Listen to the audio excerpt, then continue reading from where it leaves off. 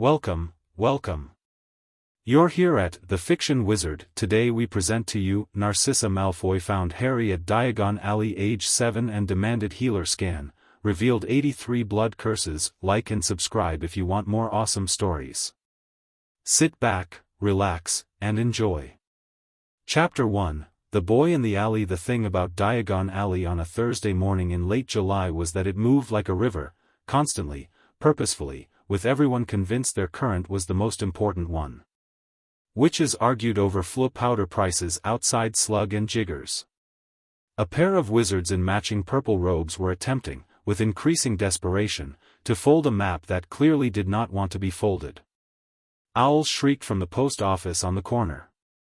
Someone's cauldron had tipped off a cart near Gringotts and was rolling downhill with cheerful indifference to anyone in its path. Narcissa Malfoy moved through all of it the way she moved through everything, with absolute composure, her robes the precise shade of pale gray that suggested she'd chosen it without effort, which meant she'd chosen it with considerable effort. Draco walked beside her, 9 years old and deeply serious about the list of school supplies she'd given him to hold, which he kept rereading as though the items might rearrange themselves if he looked away long enough. "Mother," he said, "it says I need a standard book of spells grade 1. But I already read grade 2 over the summer. Then grade 1 will be quite easy for you." "That's not the same as not needing it." Narcissa almost smiled. "Almost. No. It isn't." She steered him gently around a tourist family who had stopped dead in the middle of the alley to point at the Gringotts building. "We'll get the full list. We'll get nothing that isn't on it, and we'll get nothing extra until you've demonstrated you've used what we do get." Draco accepted this with a small nod that was trying very hard not to be a pout. He looked back down at his list. Narcissa's attention had already moved on, because Narcissa's attention was always moving. It was one of the habits she'd never been able to shed from her training years, that constant, quiet cataloging of everything in her peripheral vision. The healer's eye, her instructor at St. Mungo's had called it, back when she'd been 18 and genuinely believed she would spend her life in those white corridors. You develop it or patients die. After a while you can't turn it off. She'd married Lucius at 21 and traded the white corridors for Malfoy Manor, and she'd told herself plenty of things about that decision over the years, but she'd never been able to turn off the eye. Which was why she saw the boy. He was sitting on the steps outside Madame Malkin's, which was still closed at this hour, with his chin resting on his knees and his arms wrapped around his shins.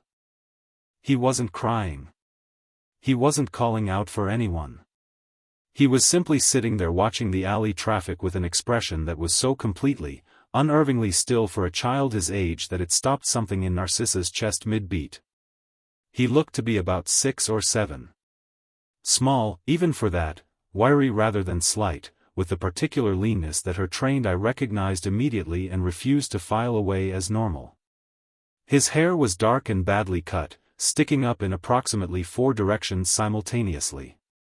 He wore a t-shirt with a cartoon character on it that was so faded she couldn't make out what it had originally been, and the shirt itself was enormous on him, hanging off one shoulder, the hem reaching mid-thigh. His trousers were belted with what appeared to be an actual piece of rope. The clothes were muggle. The sitting alone without panic was not any kind of child she'd ever seen. "Draco," she said, her voice completely even, "wait here one moment." "But, here. One moment." She crossed to the steps. The boy tracked her approach without alarm, just turned his gaze up to her with those very green eyes, startlingly green, and waited to see what she would do. No flinch. No "please help me." Just waiting. "Hello," Narcissa said. She kept her voice at the same register she used to use with nervous patients. "Are you lost?" "No," the boy said. His voice was thoughtful, like he'd actually considered the question. "I know where I am. I just don't know anyone here well enough to go anywhere with them yet." Narcissa blinked. "Yet?" "I'm learning the layout." He glanced down the alley, then back up at her. "The bank is at the top. The wand shop is further down. Everything in the middle is for buying things. That lady, he nodded very slightly toward a witch across the way without pointing, which was a deliberate restraint that no 7-year-old should have had, has been looking at me for about 10 minutes but she hasn't come over. The men outside the pub haven't noticed me. You noticed me before you crossed the street. Narcissa stared at him. Your eyes changed, the boy explained, helpfully. Before you walked over. Most people who look at me decide to keep moving. What's your name? She asked.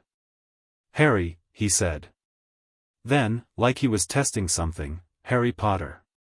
The alley kept moving around them. Somewhere behind her, Draco had abandoned the idea of staying put and she could hear his footsteps approaching.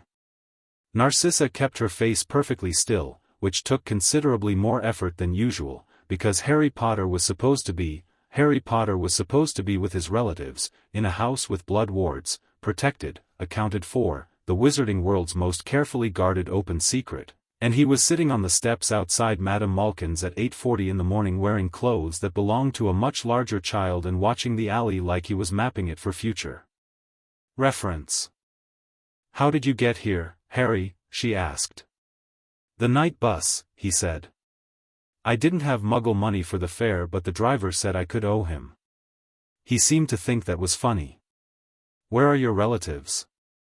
Something moved across his face, not pain exactly, more like the expression of someone who has filed a thing away in a folder marked not useful and would prefer not to retrieve it. Surrey, he said. That's where they are.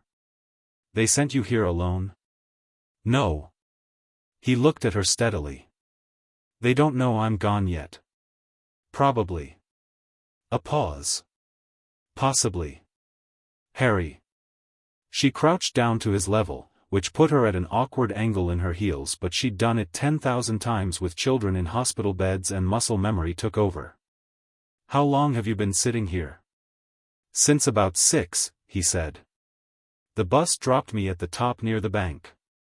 I walked down until the shops looked interesting and then I sat to think. It was 8:30.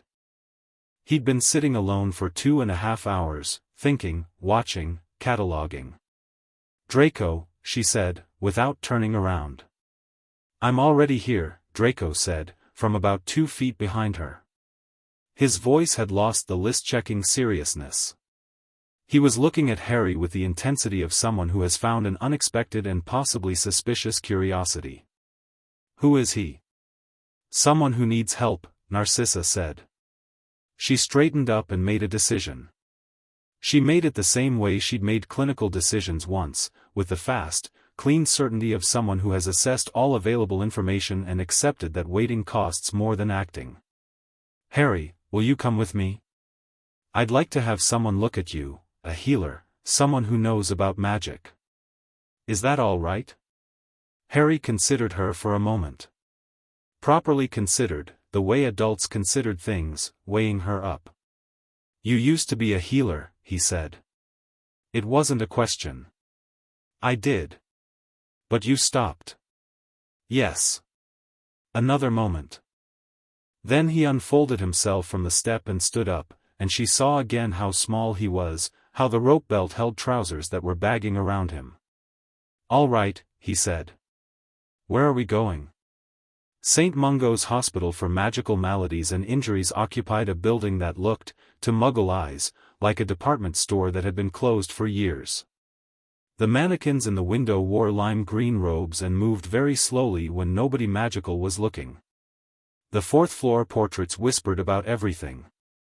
The reception desk was staffed by a witch named Heloise who had been at that reception desk for 30 years and had seen absolutely everything, and she looked up when Narcissa Malfoy walked in with a small dark-haired boy and a blonde child holding a school supply list, and something in her professional calm shifted very slightly. Mrs. Malfoy, she said, with the specific neutrality of someone who recognizes a situation that will shortly require multiple forms. I need a full diagnostic, Narcissa said, without preamble. The child. Complete magical and physical assessment. I need Healer Voss if she's available, and if she isn't, I need whoever is most senior on Ward 4. I'll need a guardians, I'm invoking Statute of Vulnerable Minors, Section 12, Narcissa said. The child was found unattended in Diagon Alley without adequate supervision or provision. The examination proceeds regardless of guardian status until a formal assessment is complete. Heloise looked at Harry. Harry looked back at Heloise with those green eyes that were already doing the thing where they catalogued everything, and said nothing. I'll get Healer Voss, Heloise said. They were put in a private examination room on the second floor, which smelled of something herbaceous and slightly sharp, the particular smell that Harry would later say he associated with places where things were fixed rather than broken further. The room had a high table with paper over it, and Narcissa lifted Harry onto it before she thought about whether she should ask first, and he let her, which she noted. Draco stood in the corner with his supply list and looked at Harry with the particular expression he got when something was making him reconsider a previously held position. You really came alone on the night bus? He said. Yes, Harry said. Weren't you afraid? Harry seemed to find this question genuinely puzzling. He tilted his head slightly. Of the bus? Of being alone. In Diagon Alley. Without anyone knowing where you are. Harry appeared to think about this with real seriousness, like he was giving Draco proper credit for the question. No, he said eventually. I've been alone most of the time. Being alone somewhere new is more interesting than being alone somewhere I already know. Draco opened his mouth, closed it, and looked at his supply list again with an expression that suggested he was using it as something to do with his hands rather than actually reading it. Healer Voss was a broad-shouldered woman in her 50s with close-cropped gray hair and the extremely economical movements of someone who has never had time to waste. She came in, glanced at Narcissa with a measured look that communicated several things without words, and turned to Harry. Hello, she said, in the direct, non-condescending way of a good pediatric specialist. I'm Healer Voss. I'm going to do a scan. It doesn't hurt. Have you had a magical health assessment before? No, Harry said. Do you know if you've had any magic done to you? Potions, spells, anything like that? Harry looked at her steadily. I don't know. I don't know enough about magic yet to know what it feels like. Fair answer. She raised her wand. I'm going to start with a general overlay. You'll see some light. Just stay still. She cast the diagnostic, a long, looping series of movements that Narcissa recognized from her training days as a full-spectrum healer's assessment, not the quick ministry standard health check but the proper one, the deep one, the kind that looked at a patient the way a good cartographer looked at unknown land, building a map of everything that was there. The light that appeared around Harry was supposed to be mostly gold with possible flares of blue for minor ailments, green for outstanding magical capacity. That was standard for a healthy child. The light that appeared around Harry was predominantly dark red. Healer Voss stopped moving her wand. The dark red was layered in bands, deep red, near black red, the dirty brownish crimson that Narcissa had only ever seen in curse damage cases, and it wrapped around Harry in overlapping rings like sediment layers, like something that had been building and building and building over years. There were gold lines underneath all of it, and they were extraordinary, thick and bright, the kind of magic potential that made Narcissa's breath catch, but they were buried under the red like something enormous at the bottom of a very deep well. Mother, Draco said, very quietly, is that normal? No, Narcissa said. Harry was looking at the light around him with calm curiosity. Is that bad? He asked. We're going to find out exactly what it is, Healer Voss said, and her voice was completely steady, which was a professional achievement, because her face was doing something it wasn't used to doing. She turned to Narcissa and dropped her voice, though not far enough that Harry couldn't hear it, a mistake she made because she was rattled and because she underestimated him. I need to run the curse-specific diagnostic. She stopped. Do you know who this child is? Yes, Narcissa said. Voss looked at the light still hovering around Harry. She looked back at Narcissa. I need to run a full blood curse index before I can count them, she said. Is that, Are you authorizing this as the presenting? Yes, Narcissa said. Do it. The blood curse index was a different kind of spell, older, and it made a sound when it was cast, a low, almost subsonic hum that Narcissa felt in her back teeth. It took 3 minutes to complete. During those 3 minutes, Harry sat completely still on the examination table and watched Healer Voss work with the focused attention of someone who was recording everything for later reference. When the index resolved, it produced a scroll. Narcissa had seen blood curse index scrolls before. In severe cases, in cases she'd read about in textbooks, in cases involving curse-hit families or prolonged dark magic exposure, they ran to half a parchment. Sometimes a full parchment, in extreme situations. Harry's scroll unrolled and kept going, and Voss had to stop it physically with her hand before it fell off the edge of the table. Can someone count those? Harry asked, looking at the scroll with genuine interest. I can't read is that Latin? Nobody answered him immediately. Narcissa counted them herself, moving her finger down the lines of close, cramped diagnostic notation, and the number she arrived at sat in her chest like a stone dropped into still water. 83, she said. 83 blood curses, Voss said, and her voice had gone very flat in the way of someone suppressing something large. Active, layered, and, some of these, she moved her finger to a section near the top of the scroll. These are congenital. These have been here since birth or near birth. And these, she moved to a cluster in the middle. These are environmental. Passive. They've accumulated slowly, from sustained proximity to, it looks like low-level blood aversion wards. Someone warded a living space against a magical person and he was kept in it for years. Draco made a sound. Harry looked at Draco. It's all right, he said, conversationally, as though Draco were the one who needed reassurance. Harry, Narcissa said, and her voice came out more careful than she intended, did you know any of this? No, he said. But my cupboard always felt a bit strange. Tight. Like the air was slightly wrong. He considered this. I thought that was just what cupboards felt like.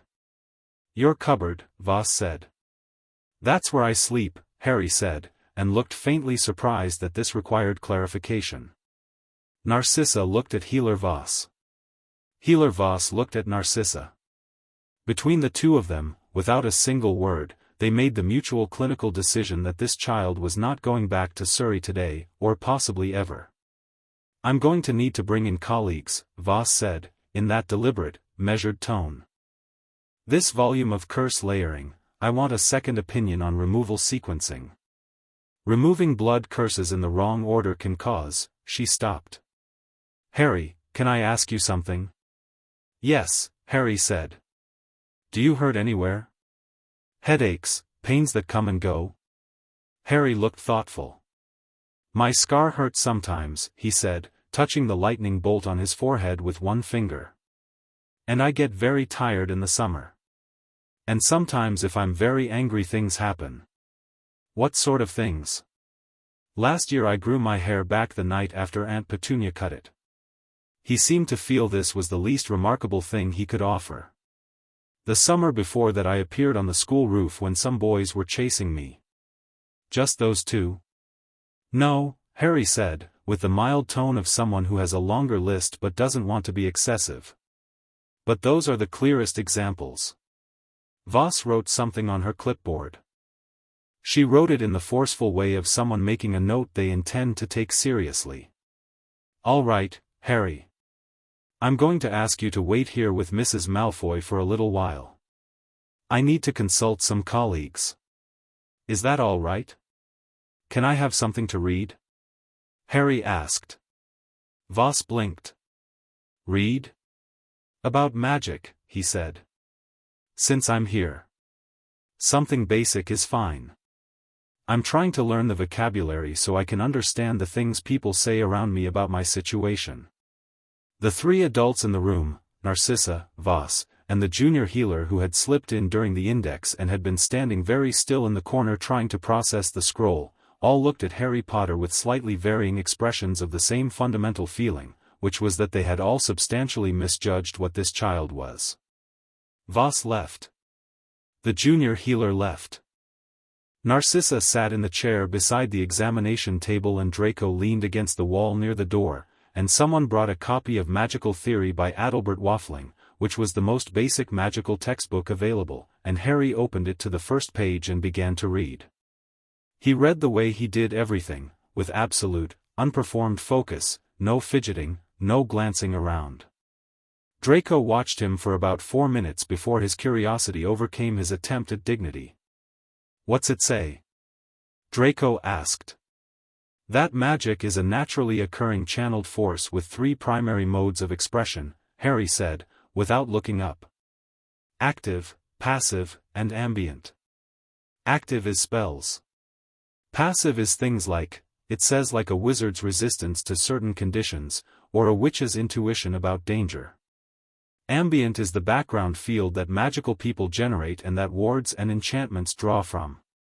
He turned a page. "I think that last one is the one causing the cupboard problem." Narcissa watched him read and thought about the 83 curses, about the scroll that had unrolled across the table, about the gold lines underneath everything, thick and brilliant, and she thought about a boy who had been alone since 6 in the morning, surveying an unfamiliar world, making practical decisions about trust, reading a first-year magical theory text in a healer's examination room with the same unrattled composure he'd shown sitting on those steps. She'd seen a lot of patients in her training years. She'd seen patients who'd been through things that should have destroyed them. The ones who survived, really survived, not just continued, they all had a particular quality. Not toughness exactly. More like a very precise understanding of what mattered. Harry had it at 7. She thought about what had made it, and that thought she put away.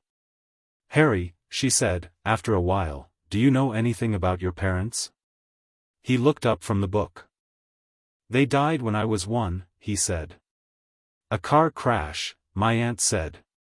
He said it without emotion, not because he felt no emotion but in the way of someone who has heard a story so many times it has become background noise. "But that's not right, is it?" "What makes you say that?" "Because you recognized my name and you're treating me like I matter," he said, simply. "People don't look like that about car crashes." Narcissa held his gaze. "No," she said, "it's not right. Your parents they were magical. Both of them. They were killed by a very powerful dark wizard when you were 1 year old. You survived." Harry looked at his lightning bolt scar. "Did I do something?" he asked. "The magic that protected you, it came from your mother." "What she did?" Narcissa chose her words carefully. "No one fully understands it. But yes. You did something." Harry appeared to think about this for a moment. Then he turned back to the waffling book. "What was her name?" "Lily," Narcissa said. "Lily Potter. She was a very gifted witch."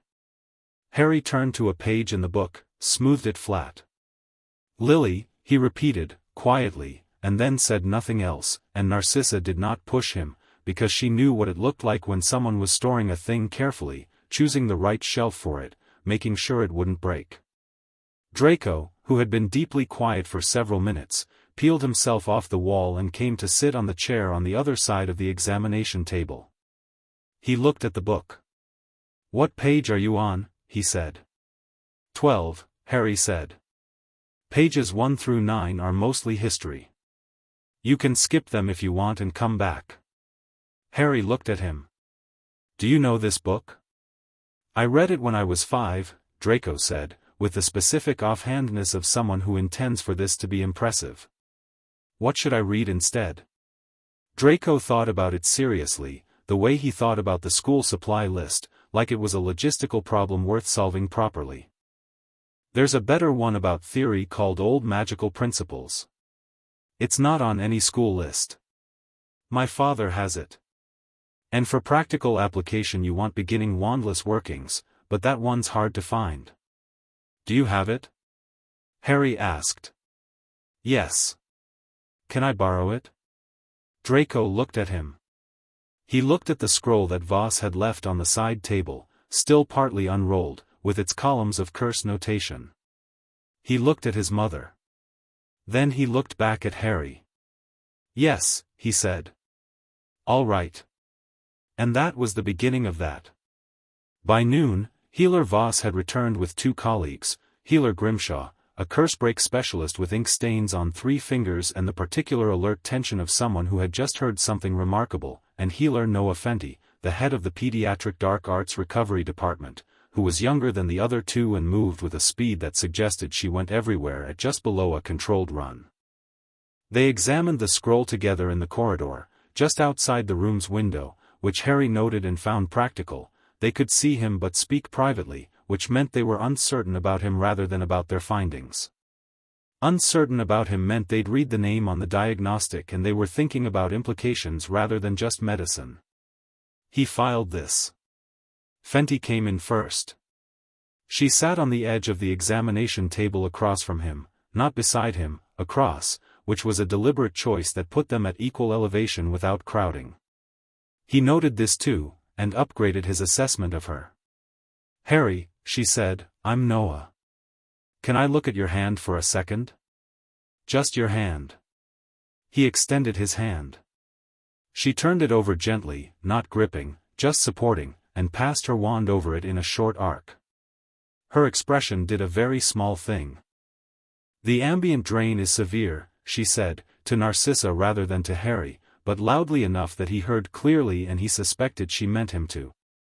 The passive curses are siphoning approximately 30% of his base magical output continuously. That's been running since, she looked at the scroll section Grimshaw had marked. Since before his 2nd birthday. What does that mean? Harry asked. Fenty looked at him directly. He appreciated that. A lot of adults, when they'd been speaking past him, got caught out by a question and spent a moment recalibrating. She didn't. It means your magic has been working against itself for almost your whole life, she said. Like running with someone holding the back of your robes. You can still run, but you have to be considerably stronger than normal to do it. Harry looked at his hand. The things I've done, the accidental magic, I did those through this? Yes. How much could I do without it? We don't know yet, Fenty said.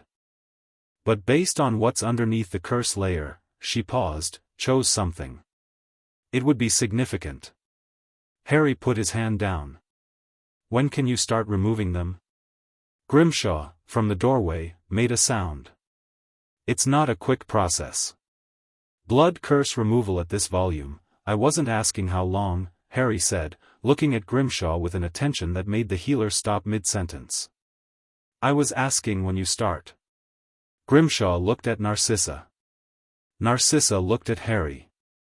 We need guardian authorization formally registered, Voss said. Statute of Vulnerable Minors covers the diagnostic, but removal is a treatment protocol. We need either a parent or legal guardian, or a court order. His guardians are in Surrey, Narcissa said. And I suspect that when we contact them, this situation will become considerably more complicated rather than less. There's another possibility, Grimshaw said carefully. If we contact Albus Dumbledore, no, Harry said. Everyone looked at him. Not yet, he added, which was a diplomatic revision but didn't change the substance. I'd like to understand my situation before anyone who apparently already knows about me has a chance to explain it to me. There was a silence in the room that was the particular kind of silence that forms around something true and unexpected. That's very sensible, Fenty said. Can I ask who placed the curses? Harry said. The ones that were done deliberately. Can you tell from the scroll? Grimshaw looked at the scroll. Then at Narcissa. Then back at Harry. Some of them have dark magic signatures they're consistent with you-know-who's known casting patterns. Voldemort, Harry said, and nobody flinched more than Draco, who made a sharp sound and took a step back. Harry looked at him briefly. Sorry. Is that a problem? You said the name, Draco managed. It's someone's name, Harry said. My understanding is he might be gone. So the name seems less dangerous than the person was. He's not confirmed gone, Draco said. All right.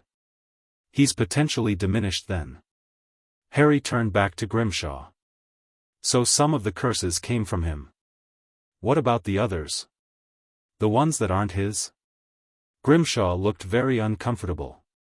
He was a good healer, Narcissa could see that, a man of genuine skill and integrity, but he was also a man who was realizing that this conversation was going to have ripples that extended far beyond this small, herb-smelling room on the second floor of St. Mungo's. Some of them, he said slowly, appear to have been placed with specific intention. Containment-type curses. Suppression castings. They're not designed to harm. They're designed to limit. Harry looked at the scroll for a moment. So someone put curses on me to make me smaller, he said. The word he chose was deliberate and precise, and nobody in the room missed it. Not to hurt me. To make me smaller. It appears so, Grimshaw said. Harry nodded. Something had settled in his face that was not anger. Anger was hot and Harry ran cold. It was more like the click of a thing falling into its correct position, a fact accepted and filed where it would be of most use. And that someone knew I existed. Knew enough about me to cast targeted suppression charms. He looked at Narcissa. And Dumbledore is the one who placed me with my aunt and uncle. He had reasons, Narcissa said. She said it carefully, because she was honest enough to say it and honest enough to mean what she implied by saying it carefully. I'm sure he did, Harry said. He looked back at the book, then closed it and put it neatly on the table beside him. All right. What do we need to do to start removing the curses without notifying my relatives or Dumbledore today? Fenty looked at Narcissa. Narcissa made a decision. She made it quickly, and she made it in full awareness of what it was going to cost her, because she had been making those calculations since the moment she crossed Diagon Alley toward a small boy sitting alone on a step at 8:30 in the morning, and she had known even then, in the healer's part of her that she'd spent 17 years carefully muffling, that this was the decision she was already making. An emergency ward of protection, she said. If I formally claim temporary custodial responsibility under the Vulnerable Minor Statute, I have a 48-hour window to authorize emergency treatment before the ministry or a guardian can intercede. It's rarely used. It exists, Voss confirmed. I've invoked it twice. Both times for abuse cases. Can you do it? Grimshaw asked Narcissa. Yes, she said. Mother, Draco said, from his chair, not alarmed exactly, more like someone noting the weight of what they were witnessing. Father will, I know, Narcissa said. He'll be very, I know, Draco. Draco looked at Harry. Harry looked at Draco. Something passed between them, two boys, and the particular understanding that certain things were happening around them that adults were describing as decisions but were actually inevitable. Right then, Draco said, and looked at his school supply list again, though by now it was clear he wasn't reading it so much as giving himself something to hold. So we're doing this. We're doing this, Harry agreed. Narcissa took out her wand, summoned the appropriate form from the St. Mungo's registry with a practiced gesture, and signed it with Fenty as witness. The parchment sealed itself with a flare of official blue light. 48 hours. 2 days in which Harry Potter was legally, formally, temporarily her responsibility. She looked at the boy on the examination table, the boy who had catalogued her eye change from across the street, who had counted his own curses without flinching, who had said smaller like a surgeon's cut, and she thought, not for the first time and not for the last, that the world had made a very significant error in thinking it knew what it was dealing with. We'll start this afternoon, Fenty said. I'll pull my whole team. I want sequencing planned before we touch a single curse. She was already moving, already organizing, the particular momentum of a specialist who has found the most important case of her career. Harry, are you hungry? Harry looked at her. The question seemed to catch him slightly off guard, a small crack in the composure, not pain, not vulnerability, just surprise at the directness of care. "Yes," he said. "We'll sort food. And somewhere to sit that isn't an examination table." She paused at the door. "The gold in that scan, by the way, the magic underneath. I want you to know. In 20 years, I've done thousands of pediatric diagnostic scans. I've never seen that color at that depth." She said it factually, not to flatter, because she was not a woman who flattered. "It's remarkable." Harry considered this. "What does that mean, practically?" "It means," Fenty said, "that when we finish removing what's on top of it, we're all going to find out together." She left. Grimshaw followed her. Voss paused, touched Narcissa's arm briefly, a colleague gesture, warm and quick, and then she too was gone. Harry sat on the examination table in the sudden quiet, the scroll beside him, the closed book, the September afternoon light coming through the small high window. "Is the food here good?" he asked. Draco made a sound that might have been a laugh, surprised out of him. "It's a hospital. I've never been in a hospital." "Then no," Draco said, "you don't have a baseline for comparison, which is probably better for everyone." He stood up, the supply list folded and tucked in his pocket now. "There's a canteen on the ground floor." "Mother, can we?" "Yes," Narcissa said. "Go." They went, her 9-year-old son and the 7-year-old boy the world had been hiding in a cupboard, walking down the St. Mungo's corridor together with Draco already describing, in the precise and slightly superior way he'd inherited from Lucius but was slowly making his own, the various deficiencies of hospital canteen food and what he considered acceptable as alternatives. Narcissa stood in the empty examination room with the diagnostic scroll and the fading red light and the gold lines that she could still see behind her eyes, brilliant and buried and waiting. She thought about the 48 hours she'd bought. She thought about what came after them. She picked up the scroll, rolled it carefully, tucked it into her bag, and followed her son and Harry Potter down the corridor toward whatever was going to happen next. Outside, London moved in the summer heat, muggle and oblivious and vast, and in the alley behind the department store mannequins, the wizarding world continued about its business, unknowing. It had about 48 hours of that left. Chapter 2, What Lives Underneath the Curse Removal Process, Healer Fenty explained to Harry over a bowl of soup that was exactly as bad as Draco had promised, was not like pulling weeds. It was more like defusing something that had been built by several different people, in several different languages, at several different points in time, none of whom had considered the possibility that someone else would need to undo their work. "So it's a mess," Harry said. "It's a catastrophically complex mess," Fenty agreed, stealing a piece of bread from Draco's tray without looking at him, the way someone does when they've forgotten there are social conventions around food because they're too busy thinking. The layering alone, when curses overlap at this density, they start interacting. Some of them are actually canceling each other out. Some are amplifying each other. We have to map the whole structure before we touch anything, because if we pull the wrong thread, something worse happens, Harry finished.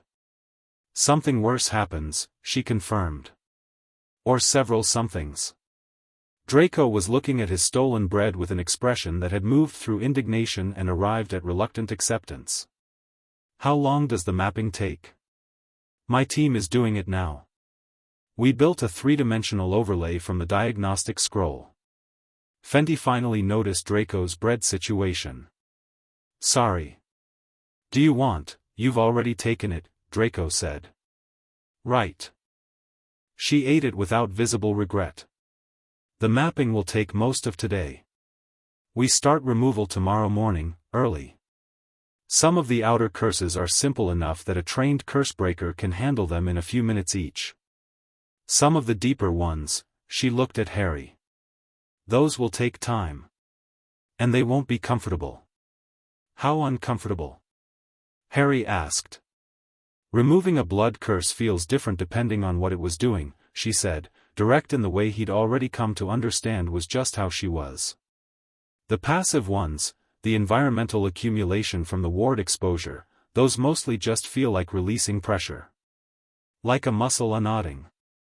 The deliberate ones, especially the old ones, the ones woven into your blood specifically, she paused.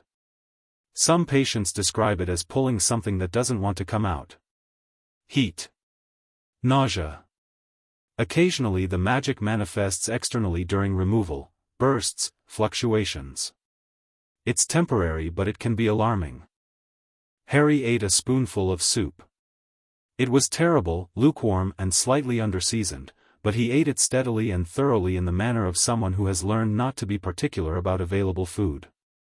Will I be awake? We'll give you something for the pain, and I'll offer a sleep draft for the worst sessions. But honestly, she looked at him with that direct assessment that he'd decided he trusted. I'd prefer you awake if you can manage it. Your own magical responses give us real-time feedback. I can read them during removal. It's faster and safer than working on an unconscious patient. Then I'll stay awake, Harry said. You might want to reconsider after the first few. I might, he allowed. But probably not. Fenty looked at him for a moment. Then she looked at Narcissa, who was drinking tea at the other end of the small hospital canteen table and doing something with a quill and a fresh piece of parchment. He's always like this? Fenty asked. I've known him for 4 hours, Narcissa said, without looking up, so I can't speak to always. But yes. Fenty looked back at Harry. The gold in your scan, she said, shifting gears the way she did when she'd finished with one clinical matter and was moving to the next. I want to talk about it properly because I think you deserve a proper explanation. She leaned her elbows on the table, giving him the specific focus that most adults reserved for conversations with other adults. Every magical person has a core. It's not really a physical thing, but that's the best word for it, the center of their magical capacity. In a healthy person, a diagnostic scan shows the core's color, its depth, its output range. And mine is gold, Harry said. Your core is gold, yes. But the depth reading, she stopped, seemed to be choosing precision over reassurance. The depth register on a standard diagnostic goes from 1 to 10. 1 is a squib, essentially no magic. 10 is the highest we can measure. Most adult wizards with strong capacity read between 7 and 9. What did I read? Fenty picked up her tea and set it back down again without drinking from it. The register ran past 10. The instrument produced a notation I've only ever seen described in theoretical literature, a double bar, which means the actual capacity exceeds what the diagnostic tool was built to measure. Draco, who had been carefully not reacting to most of this conversation, put his fork down. So you don't know how strong I am, Harry said. No, Fenty said. We know there's a floor, we know the absolute minimum, which is extraordinary. We don't know the ceiling. And we won't know, fully, until the curses are gone. Harry looked at the remaining soup. He looked at his hands.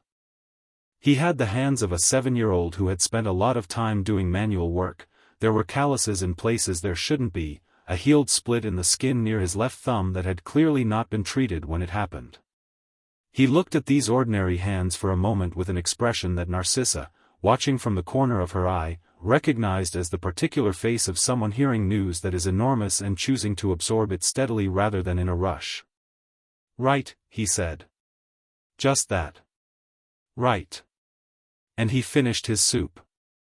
Grimshaw's curse mapping team had taken over a large room on the 3rd floor, the kind of room used for teaching rounds usually, with long tables and a high ceiling. By the time Narcissa brought Harry up after lunch, they'd built something extraordinary in the center of it, a floating 3-dimensional model of the curse structure, rendered in colored light, rotating slowly at about chest height. It looked like a very complicated piece of dark jewelry. Red and black threads wound through and over each other, spiraling, intersecting. At the center, buried deep, was a concentrated point of pure gold that pulsed very slightly, like a heartbeat. Harry walked around it once without speaking. The outer layer, said Grimshaw's colleague, a young woman named Petra who had the compact energy of someone who'd been working on this for 3 hours without a break and was very pleased with what she'd built. These 16 here, those are the environmental curses from the ward exposure. They'll come off first. Relatively straightforward. What do the different colors mean? Harry asked. Red is suppression, these are limiting your magical output, your physical strength, your general capacity. Black is active harm, these ones here are actually damaging, they're what's causing the fatigue you mentioned, and probably some other things you might not have registered as unusual because you've had them your whole life. Petra pointed to a dense cluster near what would be, in spatial terms, the level of his chest. And these, she hesitated. Say it, Harry said. These dark ones in the inner ring, the oldest ones, these are tethers. She glanced at Grimshaw, who gave her a very small nod. They're connection points. They link you to another magical signature. A very specific one. Voldemort, Harry said. Yes. Harry stood looking at the part of the model that represented the connection points. They were darker than the rest, almost black, with a slightly different quality to the light, less structured, more organic looking, like roots rather than manufactured chains. Is he in there? Harry asked. He said it the way a scientist asks about a sample. Grimshaw cleared his throat. There's evidence of a magical residue. Consistent with a failed killing curse. The rebound left traces. He looked profoundly uncomfortable. He's not present, as such. It's more like an echo. An impression. Does it have to stay? That, Grimshaw said, is the question we don't know the answer to yet. Those tethers are the most delicate part of this entire structure. Removing them incorrectly could, he looked at Harry with the particular expression of a doctor deciding how honest to be with a patient and deciding to go all the way. It could destabilize the connection in ways we don't understand. We've never dealt with anything like this. There's no precedent. Then what do you need? Harry asked. Time to research. The outer and middle curses we can begin removing confidently. For the inner ring, Grimshaw looked at the rotating model. We work inward carefully, and we don't touch the tethers until we know more. Harry looked at the golden pulse at the center of the model. He watched it for a moment, slow, steady, completely undiminished despite everything around it. That's mine? He asked Petra, nodding at the gold. That's you, she said.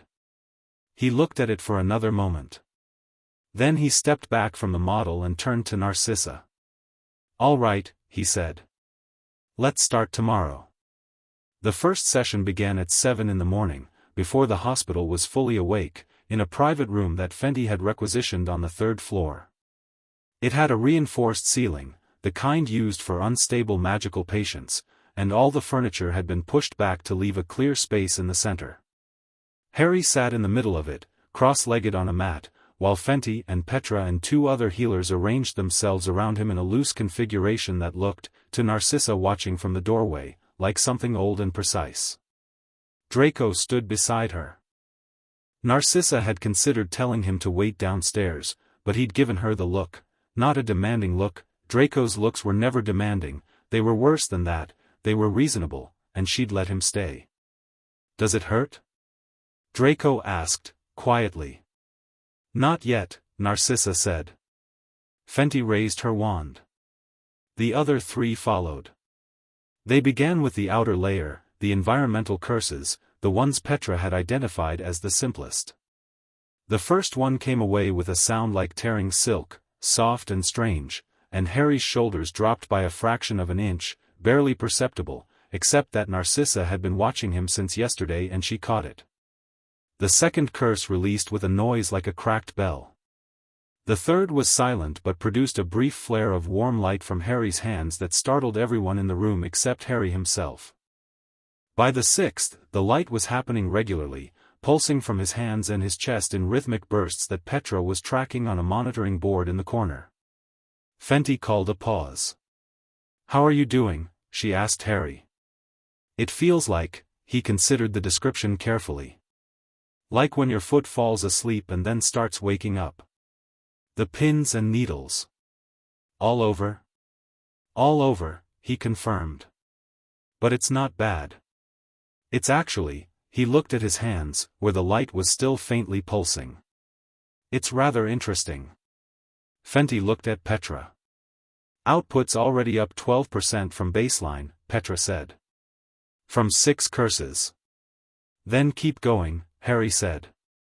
They kept going. By the time they reached the 13th curse, Harry's steady composure had not broken, but the light had become much more substantial, not the brief flickers from before but continuous, a soft warm gold that surrounded him in a corona about 6 inches wide and showed no sign of stopping. Draco had given up any pretense of calm observation and was standing with both hands on the doorframe, watching. The 14th curse came off with a sound like a gunshot, and every instrument in the room spiked simultaneously, and a wave of something, not wind, not heat, but pure ambient magical force, moved outward from Harry in a pulse that blew papers off every surface in the room and knocked Petra's monitoring board sideways. Harry sat in the middle of it, completely still, with gold light running from his hands to his shoulders to the top of his head in a steady, unbroken current. "Okay," Fenty said, with the voice of someone who is delighted and alarmed in equal measure. "That's 14. We stop there for today." "I can continue," Harry said. "I know you can. We're stopping anyway." She crouched in front of him, not looming, eye level. "This is a marathon, not a sprint. Your body and your magic need time to adjust to what we've already removed. If we push through too fast, the readjustment can cause problems. Your nervous system needs to recalibrate." Harry looked like he was going to argue, considered it, and didn't. "Tomorrow?" "Tomorrow," she said. The light took about 20 minutes to fade fully, and during those 20 minutes Harry sat on the mat and Draco came and sat across from him, just sat down on the floor without asking, in the direct way he'd apparently decided to adopt as his operational mode for dealing with Harry, and neither of them said anything for a while. "Does it feel different?" Draco asked eventually. Harry held up one hand. Turned it over. Made a slow fist and released it. "Yes," he said. "I didn't know I felt heavy before. But now 14 of them are gone and I realize, I've always felt slightly like I was moving through something thick. Water, maybe." He looked at his hand. "It's less thick." "And when all of them are gone?" "I don't know," Harry said. He said it with something that might have been the beginning of real curiosity, not the careful cataloging kind he'd been doing since yesterday but something livelier, a bit like the feeling before a door opens. "I genuinely don't know. I'm looking forward to finding out." It was mid-morning when the flue in the hospital's administrative office flared green, and the man who stepped out of it was wearing half-moon spectacles and carrying himself with the particular air of someone who has decided to be tremendously calm about a situation that he is not, in fact, calm about. Albus Dumbledore had been headmaster of Hogwarts for 31 years.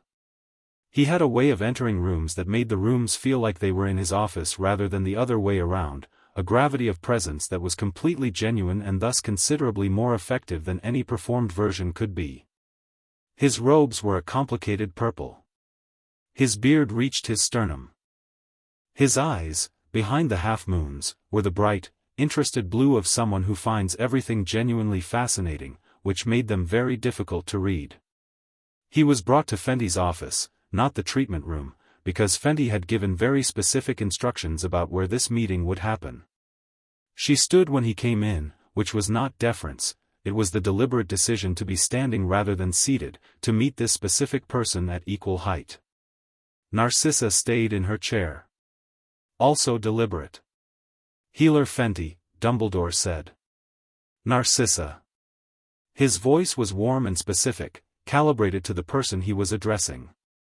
"I came as soon as I heard. How is he?" "He's well," Fenty said. "Treatment has begun." "He's responding, I'll need to see him," Dumbledore said. "There are considerations regarding Harry's situation that make this particular case considerably more complex than a standard. He knows, Narcissa said. Dumbledore looked at her. He knows you placed him with the Dursleys, she said. He knows about the blood wards. He's read the Statute of Vulnerable Minors form I signed, which he asked for specifically. He knows about the 48-hour window. She looked at Dumbledore with the particular steadiness she'd spent 17 years perfecting in a household where steadiness was the only armor that worked. He also knows about the suppression curses. Something moved behind Dumbledore's eyes. Not guilt, too practiced for guilt. More like adjustment, the rapid reorientation of a very good strategic mind encountering new terrain. I see, he said. He'd like to meet you, Narcissa added. He told me so this morning. Dumbledore's expression shifted towards something gentler, and Narcissa recognized this too. It was the face of a man who has dealt with difficult situations by leading with warmth because warmth worked, because it was real, because genuine care and strategic deployment were not, in his experience, mutually exclusive. That was what made him so very effective and, she thought, so very dangerous. Then I'd very much like to meet him, Dumbledore said. Harry was in the room they'd given him to rest in, a proper room, not a ward, with a window that looked out over a small courtyard garden and a bookshelf Draco had taken personal responsibility for, dispatching an owl to Malfoy Manor that morning with a list of titles that Narcissa had looked at and decided not to examine too closely for their cost. Draco himself was sitting on the windowsill reading, having established that this was his position in this room. Harry was sitting on the bed, cross-legged again, with the copy of Magical Theory and a second book, a slim volume on basic wandless working theory that had appeared with the Malfoy library delivery, both open in front of him, one on each knee. He looked up when Dumbledore came in. He didn't stand. He looked at Dumbledore with the same measuring attention he gave everything, the kind that started at the eyes and moved outward, and then he put both books down and waited. Dumbledore took the chair by the bed. He sat in it at a comfortable, unhurried angle, like a man settling in for a visit rather than an assessment, and looked at Harry with what was, Narcissa acknowledged, genuine fondness. It was not manufactured. Whatever complicated machinery drove Albus Dumbledore, his feeling for Harry was real, and it sat in him alongside all the strategic calculation, and that was the most complicated thing about him. Harry, he said. I've been wanting to meet you for a very long time.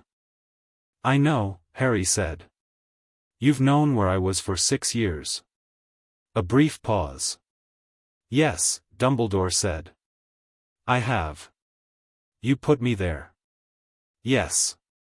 And you knew about the wards on the property. The blood aversion wards. The pause this time was slightly longer, and what happened in it was something Narcissa watched with attention, because Dumbledore was choosing, she could see him choosing, between several possible responses and selecting the one that was most true, because he was, whatever else, a man who preferred truth. I placed you with your aunt and uncle because the blood protection afforded by your mother's sacrifice was strongest when anchored to her family, he said. The wards on the property were, I was aware they created some suppressive effect on your magic. I believed it was a manageable limitation. You thought making me smaller was manageable, Harry said. I thought, Dumbledore stopped. Started again, more carefully. I thought the protection it provided outweighed the cost. That you would be safe. Safe, Harry said, with a kind of gentle precision that Narcissa suspected was going to haunt Dumbledore for some time. From Voldemort. Yes.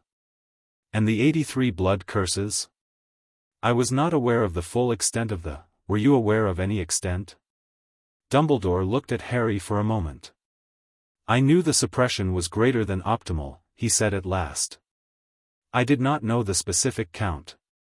I did not know, he stopped again, and this time the stop was genuine rather than tactical, because even Albus Dumbledore had limits to what he could construct in real time, and the boy looking at him was not letting him find stable ground. I did not know the specifics of what you had been carrying. But you knew it was something, Harry said. Not accusing. Just clarifying.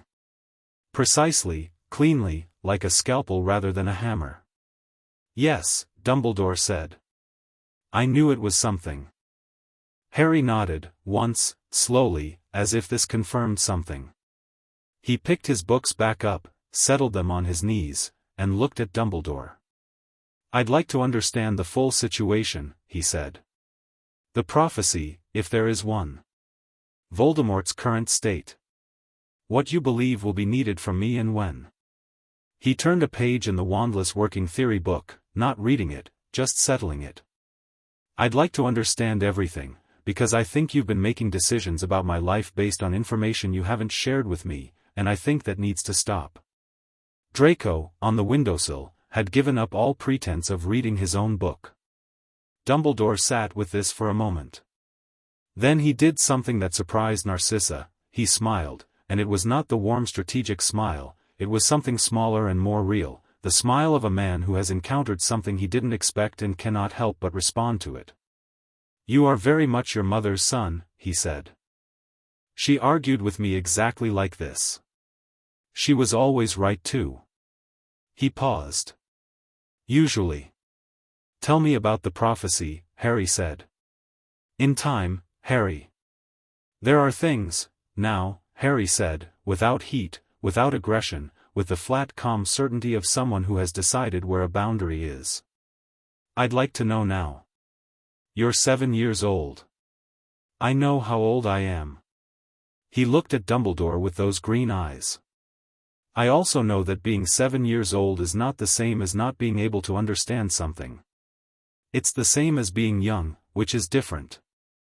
I've been young my whole life so far and I've understood everything that's happened to me. I understood it when I was in the cupboard and I understand it here. The word cupboard landed in the room like a stone in water, sending out rings. Dumbledore absorbed this. He absorbed it visibly, in the way of a man taking on weight and acknowledging it. I placed you with people who were not, he began. Kind, Harry supplied.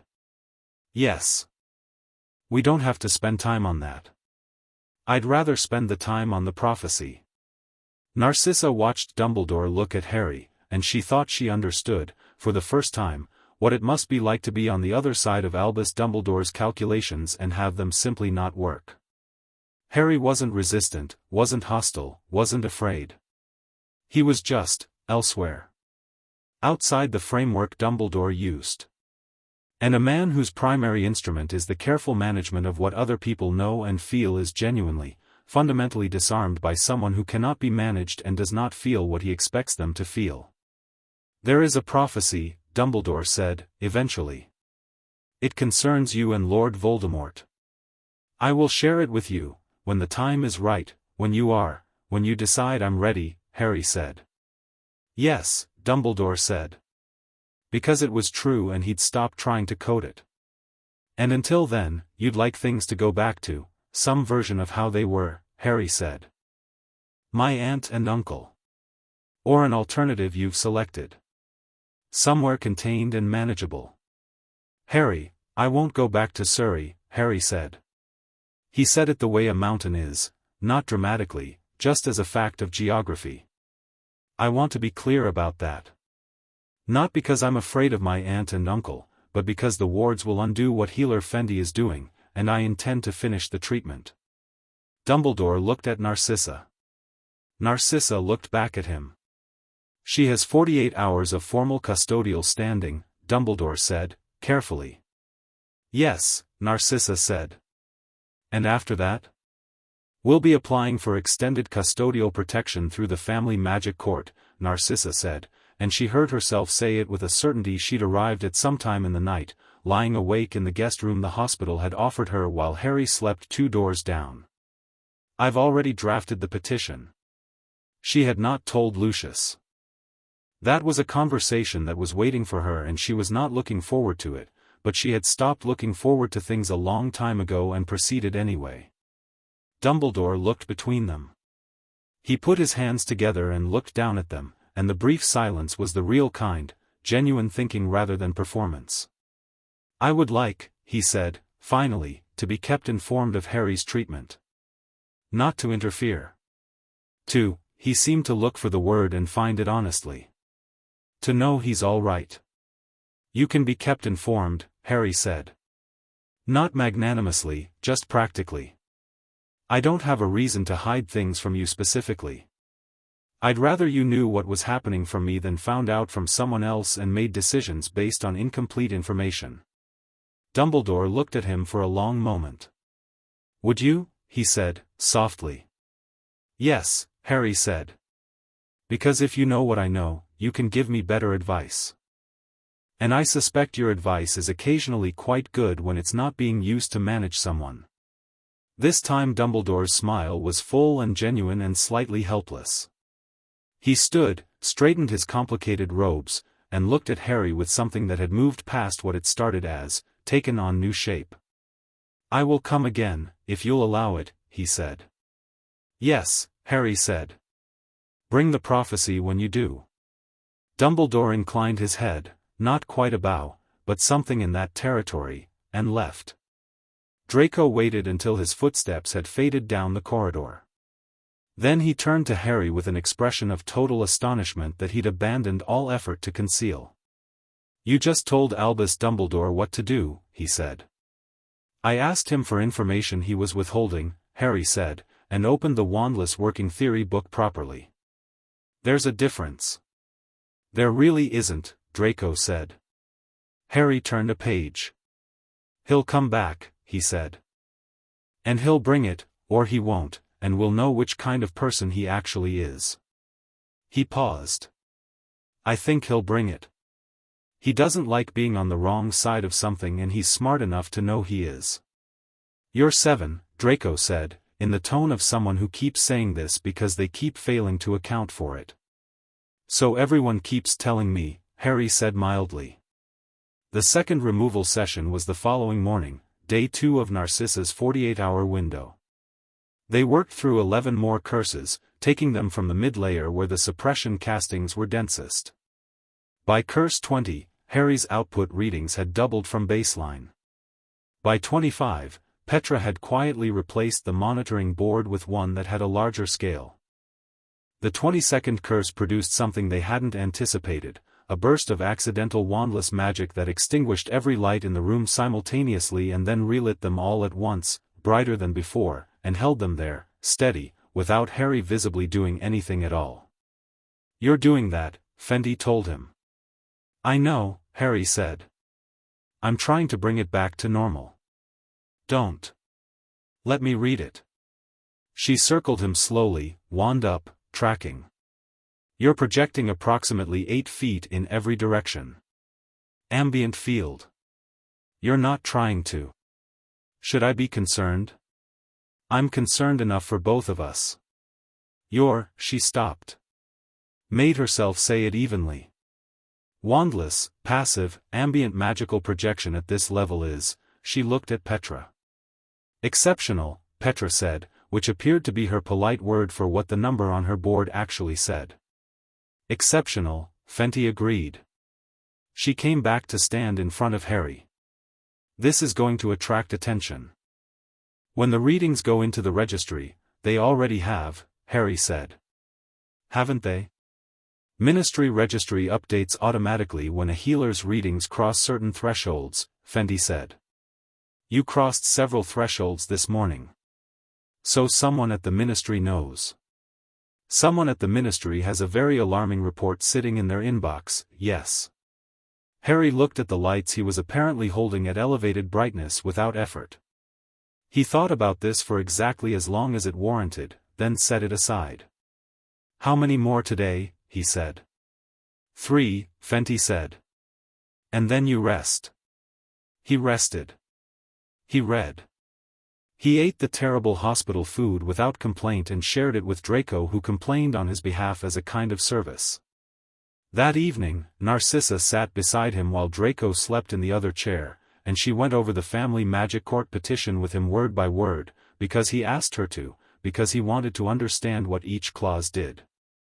He had questions about 3 of them. 2 of the questions were things she had answers to. One of them she had to admit she hadn't considered, and she rewrote that clause based on what he suggested. Have you done this before? she asked. Read legal documents? I read everything I can find, Harry said. My cousin Dudley doesn't like books, so there weren't many, but there was a set of encyclopedias in the front room that nobody used. I read all of them. He looked at the petition. Legal documents are actually quite interesting. Everything has to be exactly right. Yes, Narcissa said. It does. Is that why you chose law over something else? For the exactness? I didn't choose law, she said. I chose healing. My husband's family had different priorities. Harry looked at her with a directness she'd gotten used to over 2 days and was not sure she'd ever fully accommodate. Do you miss it? Every day, she said, without planning to, and heard herself say it with a surprise that was not quite surprise, more like hearing a thing she'd known as thought for a long time and never let become words. Harry nodded. You were very fast with the vulnerable minors statute, he said. And the form. You knew exactly what you were doing. Yes, she said. That's not something you forget, he said. Not consoling her, not making a point. Just observing, the way he observed things, like everything was data worth keeping. She looked at him, this strange small boy with his catalog gaze and his rope belt and his 83 curses and his double-bar magic register, and she thought something she hadn't thought in 17 years, which was, I made a mistake choosing the path I chose, and here is what it might have looked like if I hadn't. She didn't say this. But Harry looked at the petition they'd rewritten together, and something in the way he did it suggested he already knew. The 48 hours expired at 8:30 on a Thursday morning, which was exactly when Narcissa had signed the form 2 days prior, with a small sense of symmetry that felt unearned but she took anyway. By then the family magic court petition had been filed. The ministry had sent 3 owls, which Fendy had intercepted and drafted polite but immovable responses to. 25 of 83 curses were gone. Harry's magical output register, according to Petra's board, had climbed to something Petra described as requiring a notation system I'm going to need to invent. Dumbledore had not returned, but he'd sent a letter. It was 2 paragraphs, warm and thoughtful and careful, and it said that he understood the situation, that he would respect the court process, and that he would be in touch. It did not include the prophecy. Harry read the letter, folded it, and set it aside. He'll wait, he said, to no one in particular. He's patient. He's been patient for 10 years, Narcissa said. So have I, Harry said, and went back to his book. Outside the window, the summer morning was heating up, London sprawling in every direction under a sky that was a tempting blue and mostly succeeding. In the courtyard garden below, something was flowering, small yellow things that Draco identified, when Harry asked, as evening primrose that had its timing confused. Harry looked at the flowers for a moment. He'd never had a window that looked at a garden. His cupboard had no window at all. He looked at his hands, where no light was showing currently but where the warmth of it was still there, just under the surface, like banked coals. 25 down. 58 to go. And underneath all of it, one steady pulse of gold that had been waiting, apparently, for quite some time. He turned back to his book and kept reading. Chapter 3, The Malfoy Problem. Malfoy Manor announced itself from the road, a long gravel approach through iron gates that opened without being asked, flanked by stone peacocks that tracked movement with a slightly unsettling interest. The house itself was large in the way that required revision. You thought you'd grasped its scale and then you turned a corner and discovered another wing, another courtyard, another corridor of portraits that had been watching you for some time. Harry sat in the back of the Malfoy carriage, an actual carriage, enchanted, with no visible horses, and looked at the manor the way he'd looked at Diagon Alley on his first morning there. Mapping it. Taking stock. It's very large, he said. Yes, Draco said, with the practiced neutrality of someone who has been told this before and is uncertain whether it's a compliment. How many rooms? I've never counted. Draco considered this. 37 that I've been in. There are more I haven't. Interesting. Harry watched the gates close behind them. Does it feel smaller when you've been here your whole life? Draco turned to look at him. It feels normal, he said, after a moment. Then, with the particular honesty that had been developing between them over 4 days in a hospital, which I suppose is the same problem as your cupboard from the other direction. Harry looked at him. I mean, you thought a cupboard was normal because that's what you knew, Draco said, gaining speed with the logic now that he'd committed to it. And I think a manor with 37 rooms is normal. But neither of them actually is, from the outside. That's a reasonable observation, Harry said. I have them sometimes, Draco said, and turned back to the window. The family magic court petition had been granted on a provisional basis, temporary custodial transfer to Narcissa Malfoy, pending a formal hearing in 6 weeks. The ministry had objected, filed 2 countermotions, and been defeated on both by the same obscure subsection of the Statute of Vulnerable Minors that Narcissa had used at St. Mungo's reception desk, cross-referenced with a care provision clause so old it predated the current ministry structure. The clerk who told Narcissa this had done so with the expression of someone reporting a weather event they found personally offensive. The Dursleys had not objected at all. Narcissa's solicitor had reached them by telephone, a process that had required 3 attempts and a Muggle relations intermediary, and Vernon Dursley had, according to the solicitor's notes, said well that sorted then with what appeared to be relief before hanging up. Harry, when told this, had said nothing. He just nodded, once, and moved on. The treatment continued on an outpatient basis, every other day at St. Mungo's. They were 41 curses down now, with 42 remaining, and Harry's uncontrolled ambient magic had twice triggered the hospital's protective ward simply by fluctuating. Fenty was currently describing this as a monitoring situation. Petra had invented a new notation system, which left the question of where Harry lived in between sessions. Narcissa had not presented this to Lucius as a request. Lucius Malfoy was standing in the entrance hall when they arrived, which he had arranged to look casual, hands clasped behind his back, expression at its familiar composed angle, cane in the silver-handled configuration he used for indoor standing. He looked at Harry the way he looked at most things, with an assessment that began with bloodline information and worked outward. He would have known, by now, everything. The prophet had run the story 3 days ago, boy who lived found in Diagon Alley, scandalous curse count reveals years of magical suppression, and while the story had several inaccuracies and 2 invented sources, the core facts were correct. 83 curses. Found alone. The name. The double-bar register reading, which had leaked from somewhere in St. Mungo's administration within 24 hours of Petra logging it.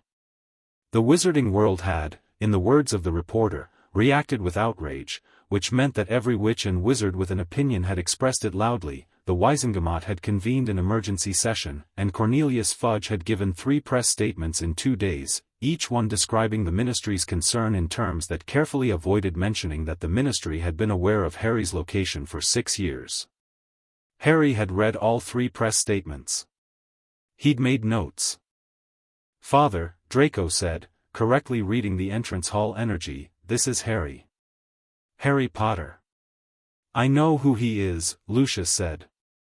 His voice was the cultivated kind, precise as cut glass. He looked at Harry for a long moment. Welcome to Malfoy Manor, Mr. Potter. Thank you for having me, Harry said. Then, without a beat, you didn't want to. Lucius blinked. It was a very controlled blink, barely perceptible. I beg your pardon. You didn't want to have me, Harry said. Not challenging. Observational. You're standing differently to how you stood when Draco came through the door. Your weight is back rather than forward. It means you're prepared to hold ground rather than move toward something. He looked at the entrance hall with the same attentive calm he'd used in Diagon Alley. That's fine. I didn't want to impose on anyone. But the court order makes it simpler for the treatment to continue from here than from anywhere else, and Mrs. Malfoy has been very kind. Lucius looked at his wife. Narcissa set her bag down on the hall table with the composure of a woman who has already chosen her battlefield and is not going to be dislodged from it. Draco, will you show Harry to the east guest room? The one that looks over the garden. I know the one, Draco said. Harry, Narcissa said, supper at 7. The house elves will bring anything you need in the meantime. Harry nodded and followed Draco up the main staircase with a bag that contained, in total, the contents of the waffling book, the wandless working primer, 3 books from the Malfoy library that Draco had sent ahead, and 1 change of clothes that Narcissa had bought because she had looked at his rope belt and t-shirt on the second day and said simply, no, and taken him to a shop. Lucius watched them go. Then he looked at Narcissa. My study, he said. Now. When I've washed my hands and had a cup of tea, Narcissa said, and walked past him toward the morning room. The pause behind her was extraordinary in quality. Lucius Malfoy was not a stupid man. He was, in fact, one of the more intelligent people Narcissa had ever known, which was what made disagreeing with him so exhausting. He could see multiple sides of an argument and still be wrong in ways that required considerable effort to demonstrate. He sat behind his desk in the study with his cane across his knees and his expression at its most carefully reasonable, which was the expression she trusted least. The political reality of this situation is not simple, he said. No, she agreed. The Prophet story has already generated an amount of public attention that makes managing this carefully absolutely essential. If it becomes known that that the boy is here, living in this house, it will become known, Narcissa said. We cannot prevent that. What we can manage is how it's framed. And how do you propose to frame it?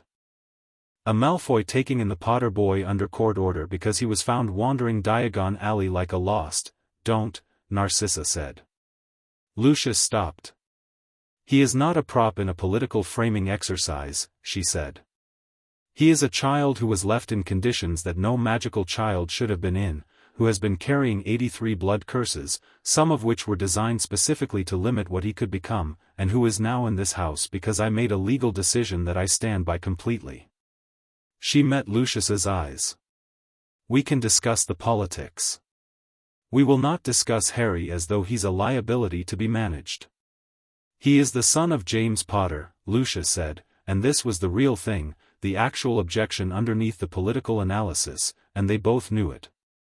He is the symbol of everything. He is 7 years old, Narcissa said, with a precision that landed like a door closing.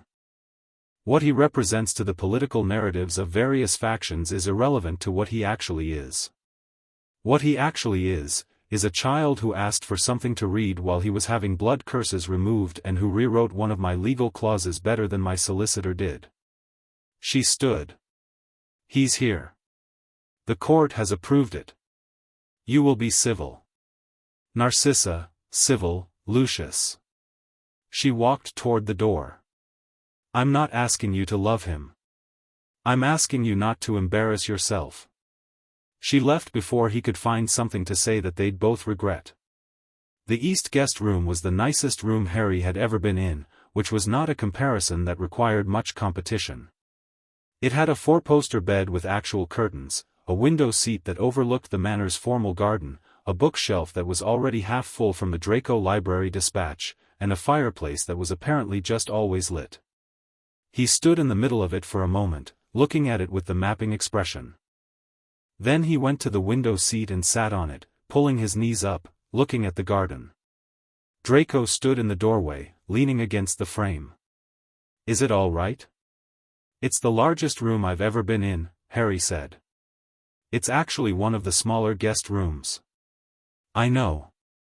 I could tell from the corridor. He looked at the garden.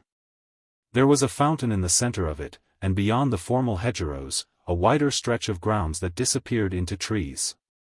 What's in the forest? Various things, Draco said. Hippogriffs used to be kept in the paddock on the east side, but father sold them. There are some creatures in the forest that we're not supposed to go near. What kind of creatures? Draco came and sat on the other end of the window seat. I don't know exactly. I've heard them at night sometimes. I think they might be thestrals. What are thestrals? Horse things. With wings. You can only see them if you've seen someone die. Draco looked at the treeline. I've never seen them. Harry looked at the treeline for a moment. I have, he said, quietly. Draco turned to look at him. You can see them? I don't know for certain. I've never been somewhere they were. But, I was in the room when my parents died. Even if I was only one. He said this with the same careful filing away quality that Narcissa had noticed in the hospital. I read that memory isn't conscious at that age, but magical memory sometimes is. Draco was quiet for a moment. He stopped. It's all right, Harry said. I didn't know them. I can't miss what I didn't know. I can be angry about it, which is different. He watched the tree lean. I am angry about it. I just don't let it be the most important thing I am. They sat in comfortable quiet for a while, which was a thing they developed a fluency in over the hospital days, the ability to be in the same space without filling it unnecessarily. It was, as both of them had vaguely understood without articulating, unusual for both of them and good. My father won't like you being here, Draco said. I know. I could tell from the entrance hall.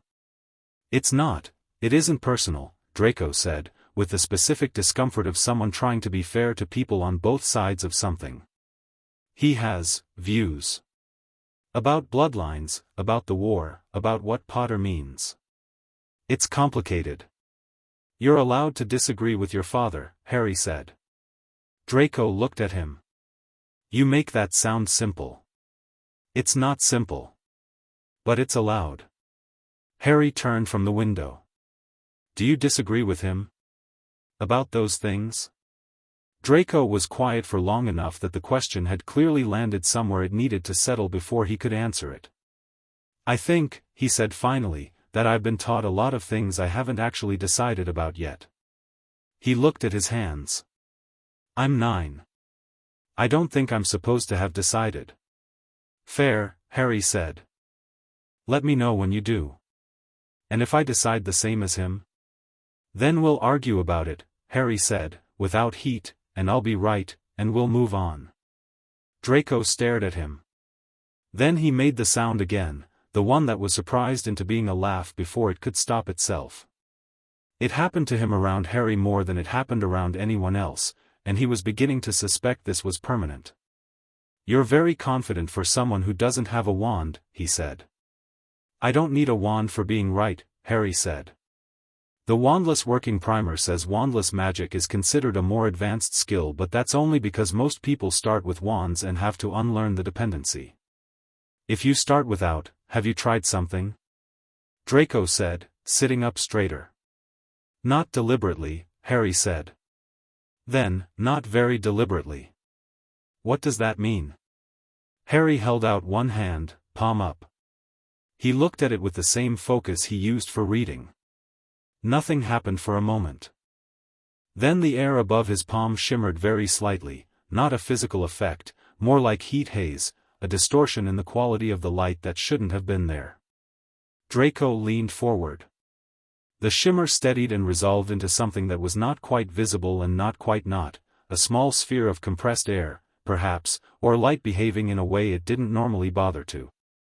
It sat in Harry's palm like a soap bubble made of something more permanent. Fendi said not to practice between sessions, Harry said, and closed his hand. The shimmer vanished. But? Draco said. But that one's been happening since yesterday and I can't actually stop it. It's not effortful. It's just there when I think about it. He looked at his closed hand. Like breathing. Draco sat back. He was looking at Harry with an expression Narcissa would have recognized, the look of someone revising a position they hadn't known they'd held. When you have the wand, he said slowly, when you actually get to Hogwarts and have a wand and, I know, Harry said. The whole year is going to be, I know, Harry said again, mildly. He reached for the wandless working primer and opened it. Do you want to go through Chapter 3? There's a section on intention setting that I think explains the mechanism for what's happening with my hands. Draco got up, got his own copy of something theoretical from the shelf. He'd been sent his personal library, apparently, and came back to the window seat.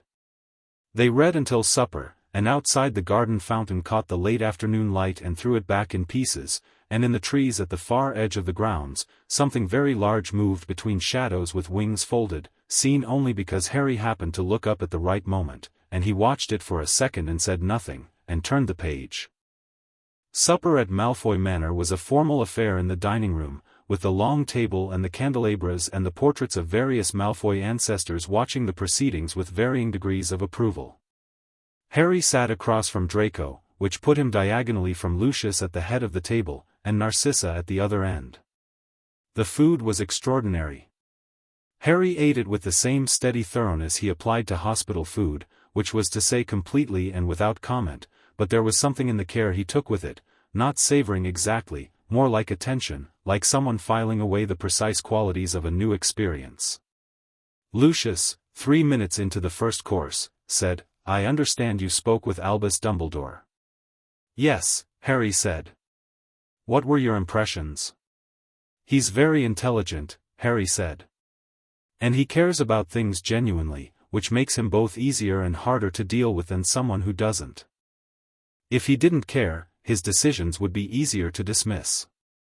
He had a spoonful of soup. He's also been making choices about my life without my input for 7 years, so we have a disagreement about methodology." Lucius was looking at him with an expression that had shifted from its earlier assessment.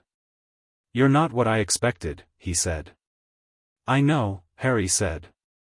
"What did you expect?" "The Prophet described you as, the Prophet described me based on a leaked diagnostic result and 2 invented sources," Harry said. "What did you expect before the story?"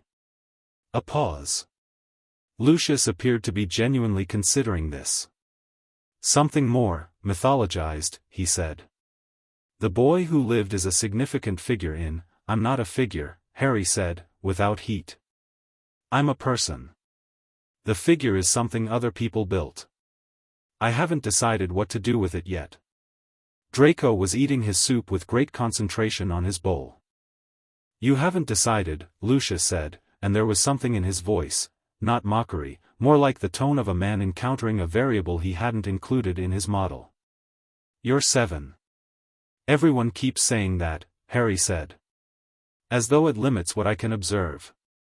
"It limits what you can, Mr. Malfoy," Harry said, and he said the name with a courtesy that was entirely genuine and thus somewhat more effective than any challenge would have been. "I've been alive for 7 years, during which I've been lied to systematically by my relatives, had 83 blood curses placed on or accumulating around me without my knowledge, been placed in a living situation by the most powerful wizard in Britain without my consent, and had my magical capacity suppressed to approximately 30% of its baseline. I'm still here and I'm still thinking clearly." He picked up his water glass. "Being 7 doesn't bother me particularly." The dining room was very quiet. Narcissa was looking at the middle distance with the expression of someone who has achieved a thing they were working toward and is allowing themselves one private moment of satisfaction. Lucius sat for a moment. Then he said, carefully, "The inner ring of curses. The tethers." Harry looked at him. "You have connection points to the Dark Lord's magical signature," Lucius said. He said the Dark Lord the way people did when they meant it, not as a title they were reclaiming from fear, but as the one they'd always used. It was, Harry noted, interesting information. "Yes," Harry said. "The removal of those tethers will sever a connection that may be significant." Lucius was choosing words with deliberate care. "The Dark Lord's current state is unstable.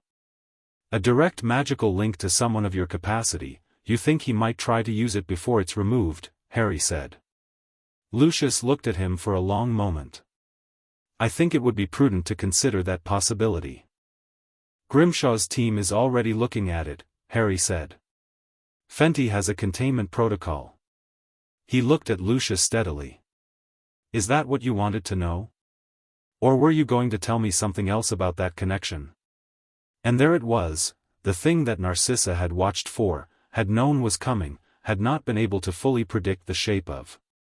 Lucius Malfoy and Harry Potter, looking at each other across the soup course, with everything that was implied in the question Harry had just asked, were you going to tell me something else, sitting between them like a very specific piece of understanding. Lucius had served Voldemort. Harry knew this, or suspected it with enough certainty to be the same thing. Voldemort's magical signature was in Harry's blood curse structure. These were not unrelated facts, and Harry was pointing at the intersection of them with perfect calm. The Dark Lord's followers, Lucius said, after a measured pause, were not all willing participants in all of his activities. I'm sure that's true, Harry said. I'm also sure it's not the whole truth, in most cases. He looked back at his soup. I'm not interested in the past right now. The past is fixed. I'm interested in what the people who know things are going to do with what they know, going forward. A pragmatic position, Lucius said. Yes. Harry ate the last of his soup. The food here is very good, he said, and this was so genuinely said, so entirely without irony, that it sat oddly beside everything that had preceded it and somehow cleared the air. The soup especially. Draco looked up from his bowl. Lucius looked at his wife. Narcissa allowed herself the smallest possible smile.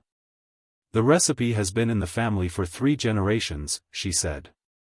It should be in more, Harry said simply, and held out his bowl for more when the house elf offered it, and the supper continued. 3 days into his time at the manor, Harry found the library. He'd found bits of it already, the sections Draco had introduced him to, the theoretical texts and the magical history, the spell encyclopedias arranged by date of composition along the eastern wall.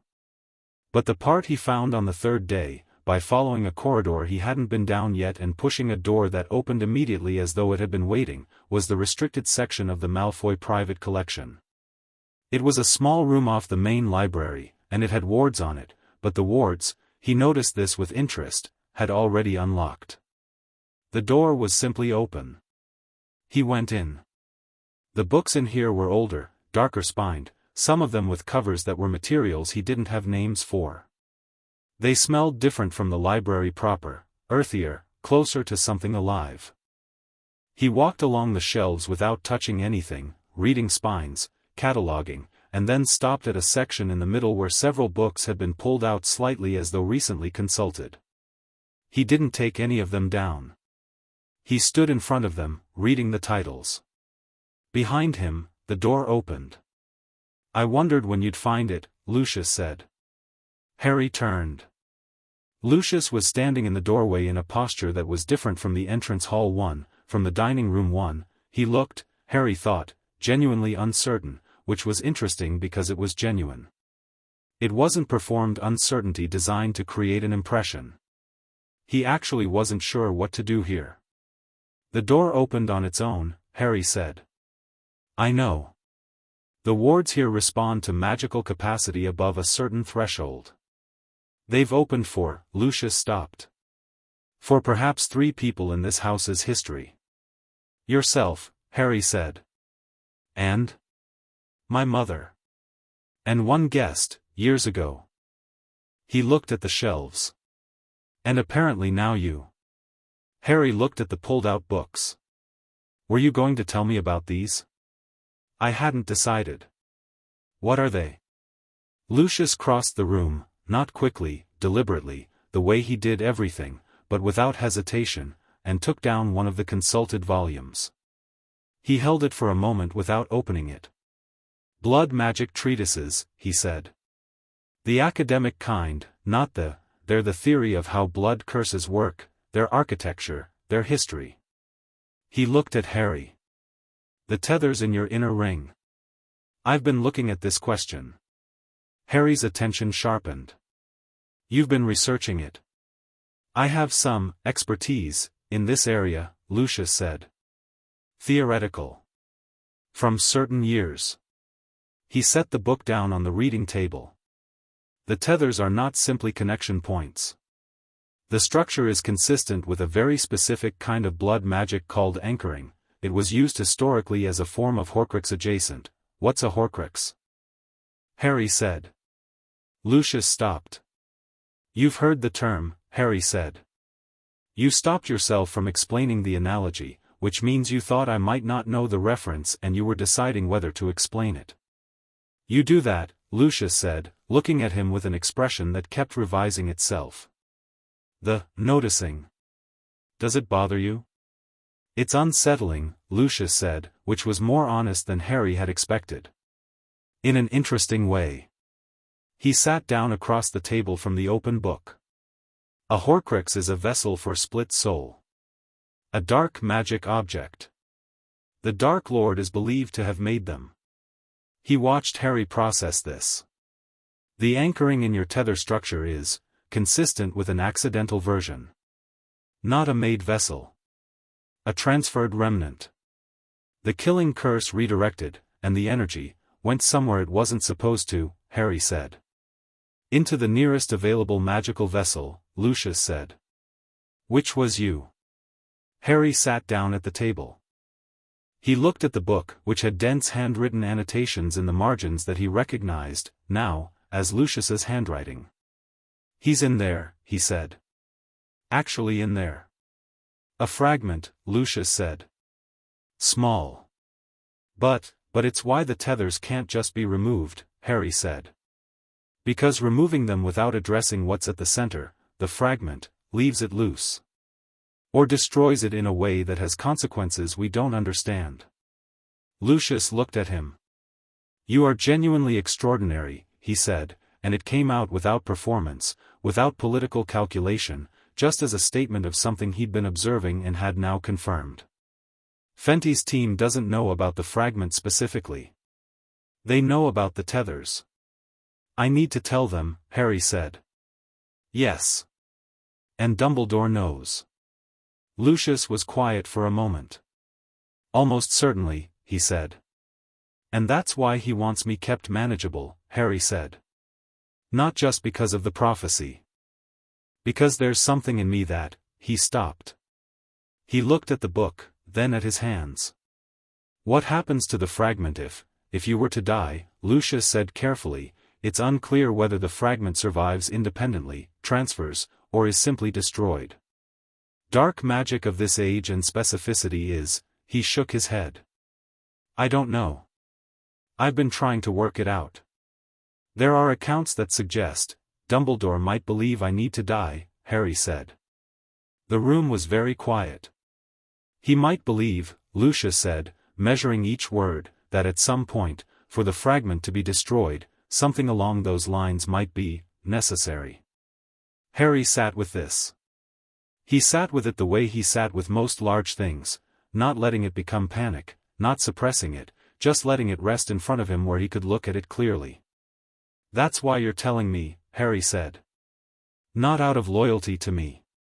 Because if I know, it changes my position. It changes what I'm likely to do and what I'm less likely to let Dumbledore manage me into. Yes, Lucius said, simply. That's honest, Harry said. Thank you for that. Lucius said nothing. He looked at the boy across the table from him, 7 years old, no wand, 83 curses minus 41, a double-bar magic register and a piece of Voldemort lodged somewhere in the back of his soul, and he looked like a man who has played a very long game, masterfully, and arrived at a position he didn't fully understand and couldn't fully map. What are you going to do? Lucius asked. Research, Harry said. He pulled the blood magic treatise toward him. Can I read this? A pause. Yes, Lucius said. I'll show you which sections are relevant.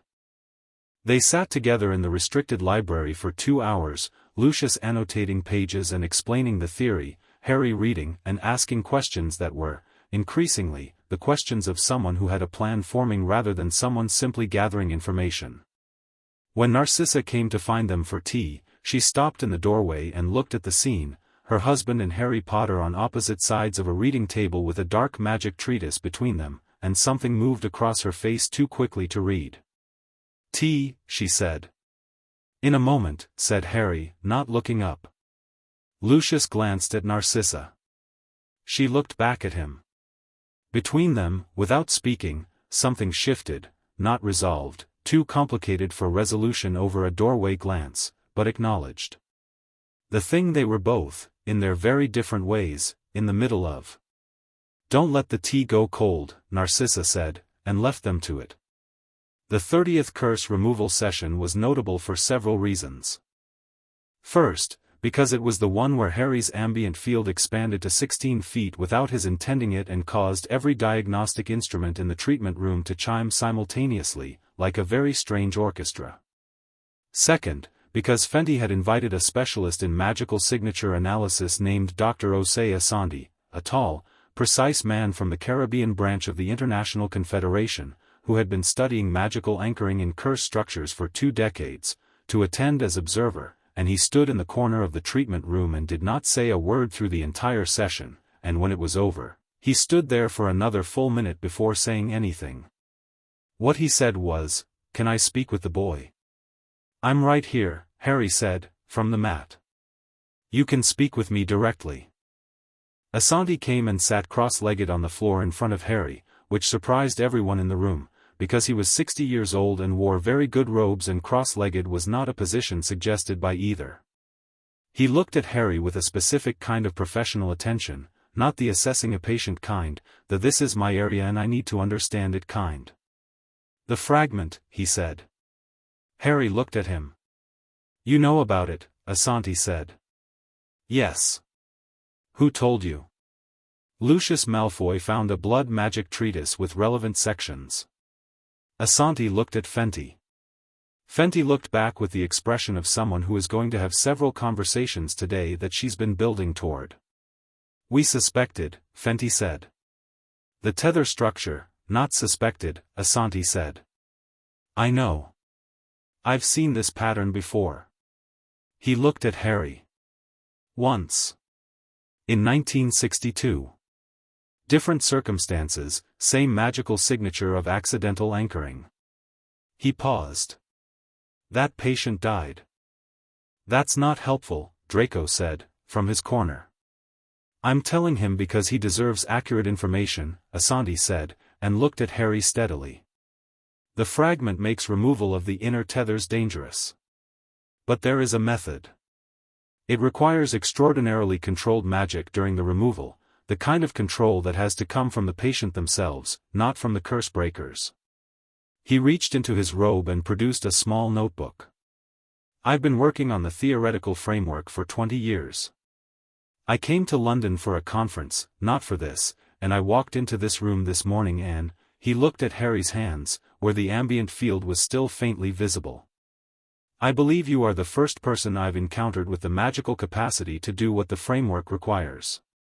"To remove the fragment safely," Harry said. "To remove the fragment safely," Asante confirmed. "From the inside." The treatment room was very quiet. "How?" Harry said. Asante opened his notebook. "They talked for 3 hours.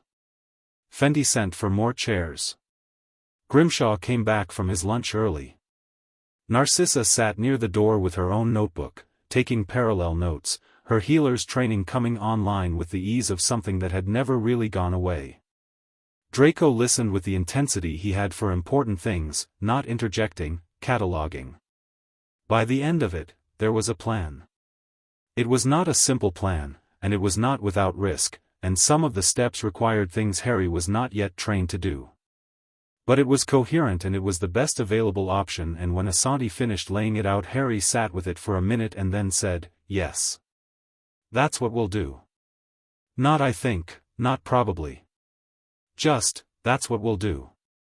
Asante looked at him with the quiet satisfaction of a man who has spent 20 years building a framework and has finally found the door it was made to fit.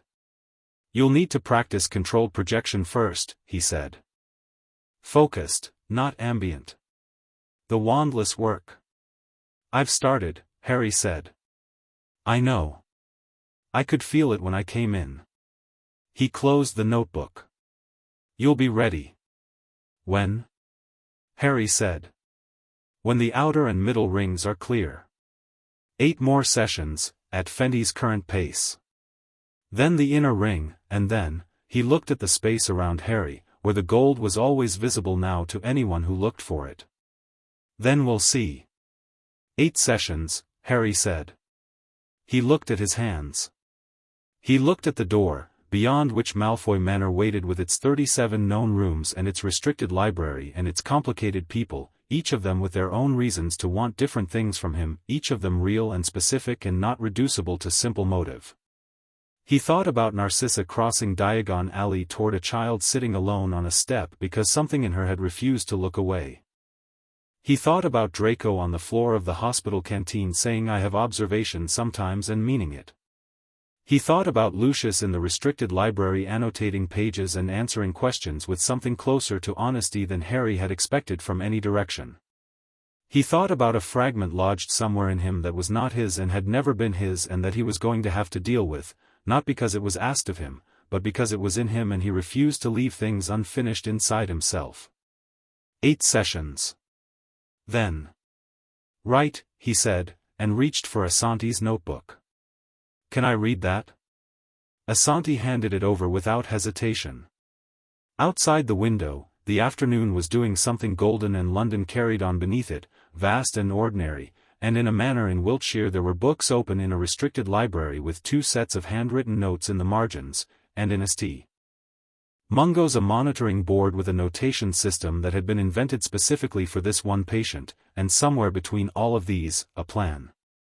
Chapter 4. What the Ministry Wants. The owl arrived at Malfoy Manor on a Tuesday morning, before Harry had finished breakfast.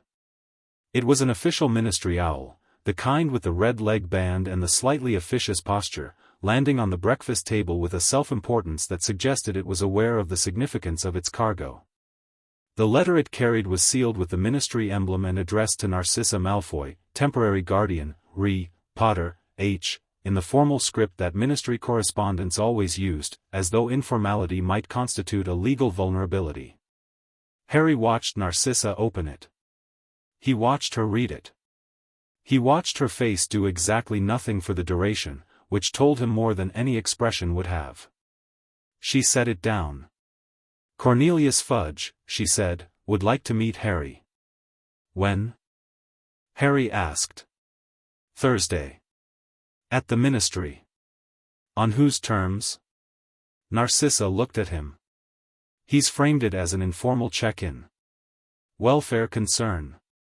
It's not informal, Harry said. He ate a piece of toast. He wants to see me before the Wisengamot hearing, so he can form a position before the formal record begins. If he meets me informally first, anything he learns doesn't have to be declared. He looked at the letter from across the table. Who else will be there? It doesn't say. Dumbledore, probably. And whoever Fudge uses for the things he doesn't want attributed to himself. He considered. We should go. Draco, who was on his 3rd piece of toast and had been reading something on the side, looked up. You want to go?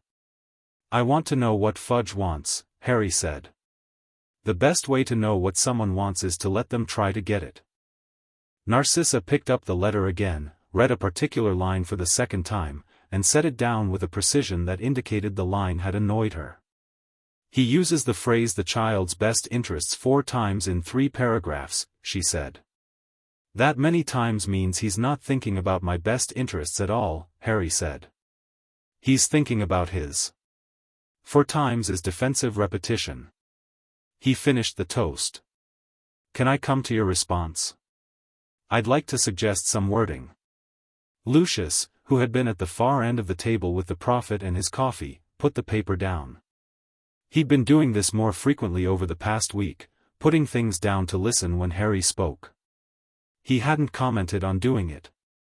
Harry hadn't commented on noticing. The ministry meeting isn't the only development, Lucius said.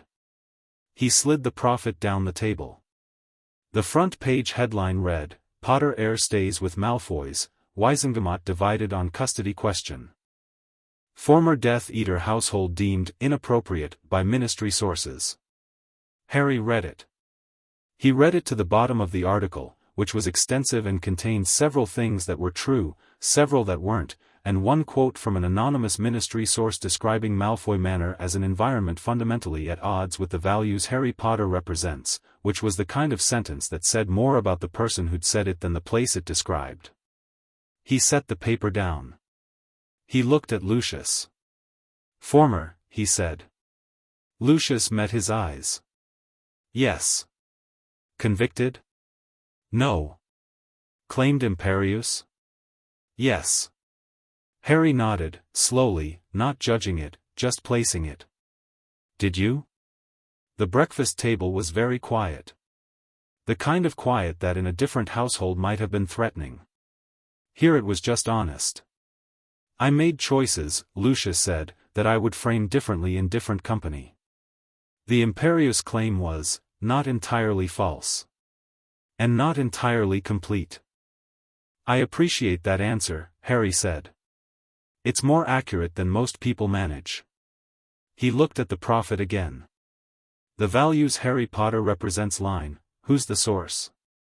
"Percy Weasley's department is Fudge's press liaison," Narcissa said. "Though the senior source for this story is almost certainly Undersecretary Umbridge." "What does she want?" "Dolores Umbridge," Narcissa said, in the tone of someone describing a weather system that causes specific and reliable damage, wants Harry Potter in a ministry-approved placement under ministry-approved supervision with ministry-approved access. She has wanted this since the story broke. She has sent 9 owls to this house in 5 days, none of which I have answered." "Can I see them?" Harry said. "No," Narcissa said. "Why not?" "Because 2 of them contain language that I found genuinely offensive and I burned them." Harry looked at her. "Can I see the other 7? She looked back at him for a moment. Then she stood, walked to the sideboard where the Manor's correspondence was kept, and returned with a stack of 7 letters, which she placed in front of Harry. He read all 7. He read them in order, which was also chronological, and as he went his expression stayed exactly as it was, focused, collecting, slightly remote in the specific way of someone building a picture from pieces. He set them down. "She's afraid of me," he said. "Umbridge?" Draco said. "Yes. Not personally, she's never met me. She's afraid of the idea of me operating outside ministry frameworks.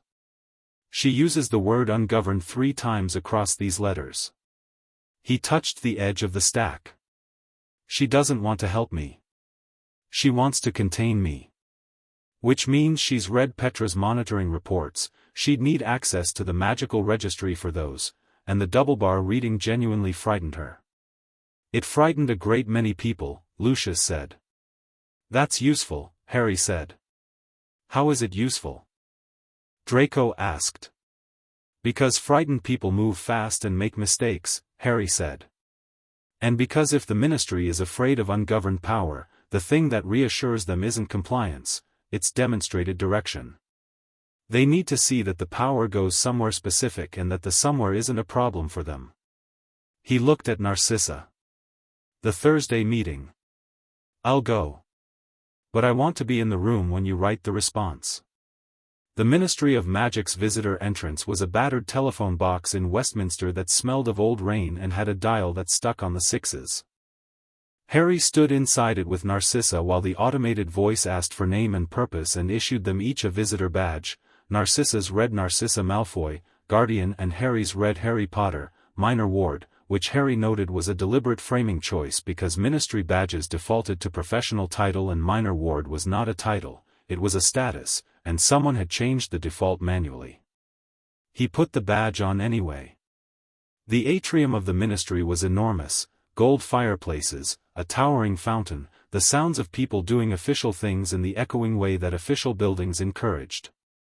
Every single person they walked past looked at Harry, and the looking had a texture to it, not the simple curiosity of the hospital or the calculated assessment of Lucius's entrance hall. It was the specific way of people encountering something they have opinions about.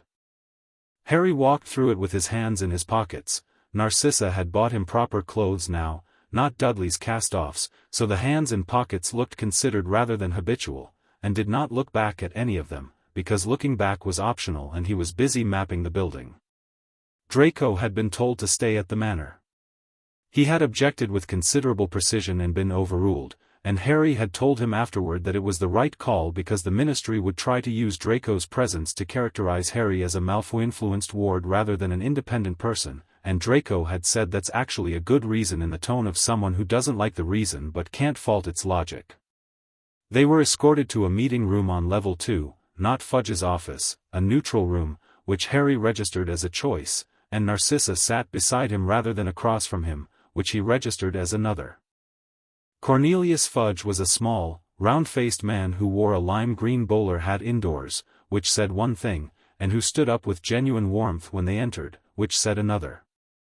He had the particular effect of a politician who was good at people, not manipulative in a calculated way, genuinely engaged, genuinely interested, the kind of person who made you feel seen without actually showing you anything of themselves. It was a real skill and Harry catalogued it with respect. "Harry," Fudge said. "It's wonderful to finally meet you." He extended a hand. Harry shook it. "Minister," he said. He looked at the two other people in the room. A woman in pink, so thoroughly, committedly pink that it was clearly deliberate, a uniform decision, who was watching Harry with an expression of fixed professional warmth that didn't touch her eyes. And beside her, a man with round glasses and an earnest expression who had the energy of someone who badly wanted to take notes and had been told not to. "This is Dolores Umbridge, my senior undersecretary," Fudge said, "and Percy Weasley, who handles our communications." "Hello," Harry said to Umbridge. He looked at her for exactly long enough and then at Percy Weasley, who went slightly pink in a different way from Umbridge's outfit. "Mr. Weasley," Harry said, and watched Percy absorb the lack of Percy or any more familiar address. They sat. Tea appeared, the kind that arrived already poured, which meant someone had been monitoring timing. Fudge settled into the avuncular warmth that Harry had correctly identified as his natural mode. "First things first," Fudge said, "how are you? How is the treatment progressing?" "Well," Harry said. "We're working through the outer and middle rings. There's a specialist from the International Confederation involved now. It's progressing on a clear timeline." "And you're comfortable?" "At the briefest hesitation. At Malfoy Manor." "Yes," Harry said. "Mrs. Malfoy has been very kind and the library is excellent." Umbridge made a sound, a small, tight sound that was her version of a professional throat clear. "We do have some concerns," she said, "about the suitability of, Mrs. Malfoy holds a valid provisional custody order from the Family Magic Court," Harry said. The court reviewed the suitability question. It was satisfied. Umbridge's fixed warmth recalibrated very slightly. "The court operates on legal criteria, of course. We're speaking of something broader. Of environment. Of influence." "What influence are you concerned about specifically?" Harry asked. "The Malfoy family has," she paused, selecting. "A particular history." "Yes," Harry said. "And a restricted library with the best available blood magic treatise collection in the country, which has been very useful for understanding my curse structure, and a healer-trained guardian who has been present for every treatment session and has been invaluable." He looked at Umbridge with the same quality of attention he gave everything, flat and complete and completely without performance. "Are those the influences that concern you?" Percy Weasley was writing something on his notepad very carefully. Fudge was watching Harry with an expression that had moved through several phases and arrived at something like genuine engagement. "Harry," Fudge said, "I want to be direct with you." "Please," Harry said. "The Prophet story, the curse count, the diagnostic results, it has generated an enormous amount of public attention. The wizarding world is very concerned about your welfare, very invested in your situation. That's natural, given," he gestured at Harry's forehead, a polite indication of the scar. "Given everything. The ministry feels a responsibility to be involved in ensuring your care is appropriate. Correct. You'd like oversight, Harry said. We'd like to be part of the conversation. About my medical treatment. About your broader situation, Fudge said. Your education, your development, my development, Harry said. That's an interesting word. Fudge smiled. You're a remarkable young man. That's clear even sitting here. The magical registry reading alone, the double bar, Harry said. Yes. Which, and I say this warmly, Harry, with genuine care, which requires some thoughtful consideration of how that capacity is guided. Fudge spread his hands. The ministry has resources, programs, frameworks that are designed precisely for governing exceptional magical capacity, Harry said. Fudge paused. For supporting it. Same thing, differently worded, Harry said. He said it without aggression, factually, and that was worse for Fudge than aggression would have been, because there was nothing to push back against. You'd like me in a ministry framework. Something you can oversee and report on and demonstrate to the public that you're handling responsibly. That's what the 9 letters to Malfoy Manor were about. Umbridge's mouth tightened. I understand the concern, Harry continued. I genuinely do. A 7-year-old with an unmeasurable magical register, unattached to a formal guardian or institution, in a political household that the ministry has complicated history with, that's a variable you can't currently quantify. Variables you can't quantify make governance difficult. He looked at Fudge. So let me help you quantify it. Fudge looked at him. Really looked, the kind that meant he was temporarily past his political effect and paying direct attention. Go on, he said. I will finish the curse removal. I will attend Hogwarts when I'm of age. I will not pursue any activity that constitutes a threat to magical law or civilian safety. Harry folded his hands on the table. In exchange, the ministry acknowledges the family magic court order without further challenge, agrees that the custody arrangement is reviewed by the court, not by the ministry, and Undersecretary Umbridge's department ceases correspondence with Malfoy Manor about matters already decided by a court. There was a silence. Umbridge said, That's not how, I'm not finished, Harry said, and she stopped, which appeared to surprise her. You also provide, from the magical registry, the full access logs for my diagnostic records. I want to know who pulled those files. The double-bar reading leaked to the Prophet within 24 hours of being recorded. That came from the registry. I'd like to know by whom. Another silence. Percy Weasley had stopped writing. You're 7, Umbridge said, and it came out with an edge that her professional warmth had not quite managed to sand off. Yes, Harry said. Somehow that keeps being relevant to people. Usually right before they discover it isn't. Fudge sat back in his chair. He looked at Harry with an expression that was the most genuine thing he'd shown in the meeting, which was something between admiration and a very specific type of political anxiety, the anxiety of a man who has managed situations for decades and has just met a situation he cannot manage. The leak investigation, he said slowly, is already underway internally. Good, Harry said. I'd like to be kept informed of its findings. You're a minor under temporary protective custody, Harry said. Which the family magic court oversees. Which is not the ministry's jurisdiction unless the court refers something to you. Which it hasn't. He looked at Fudge steadily. You came into this meeting expecting to offer me something. Framework, oversight, ministry involvement. I understand why. It would play well publicly and give you a management structure for something that's currently unstructured. What I'm offering instead is a predictable outcome without the political liability of a custody dispute with a court order behind it. He paused. Which is actually better for you? Fudge stared at him. Narcissa, who had not said a single word in this entire exchange, picked up her tea and drank it. I'll need to confer with my team, Fudge said. Of course, Harry said. The registry access logs, in writing, Harry said. Within 2 weeks. Fudge looked at Umbridge.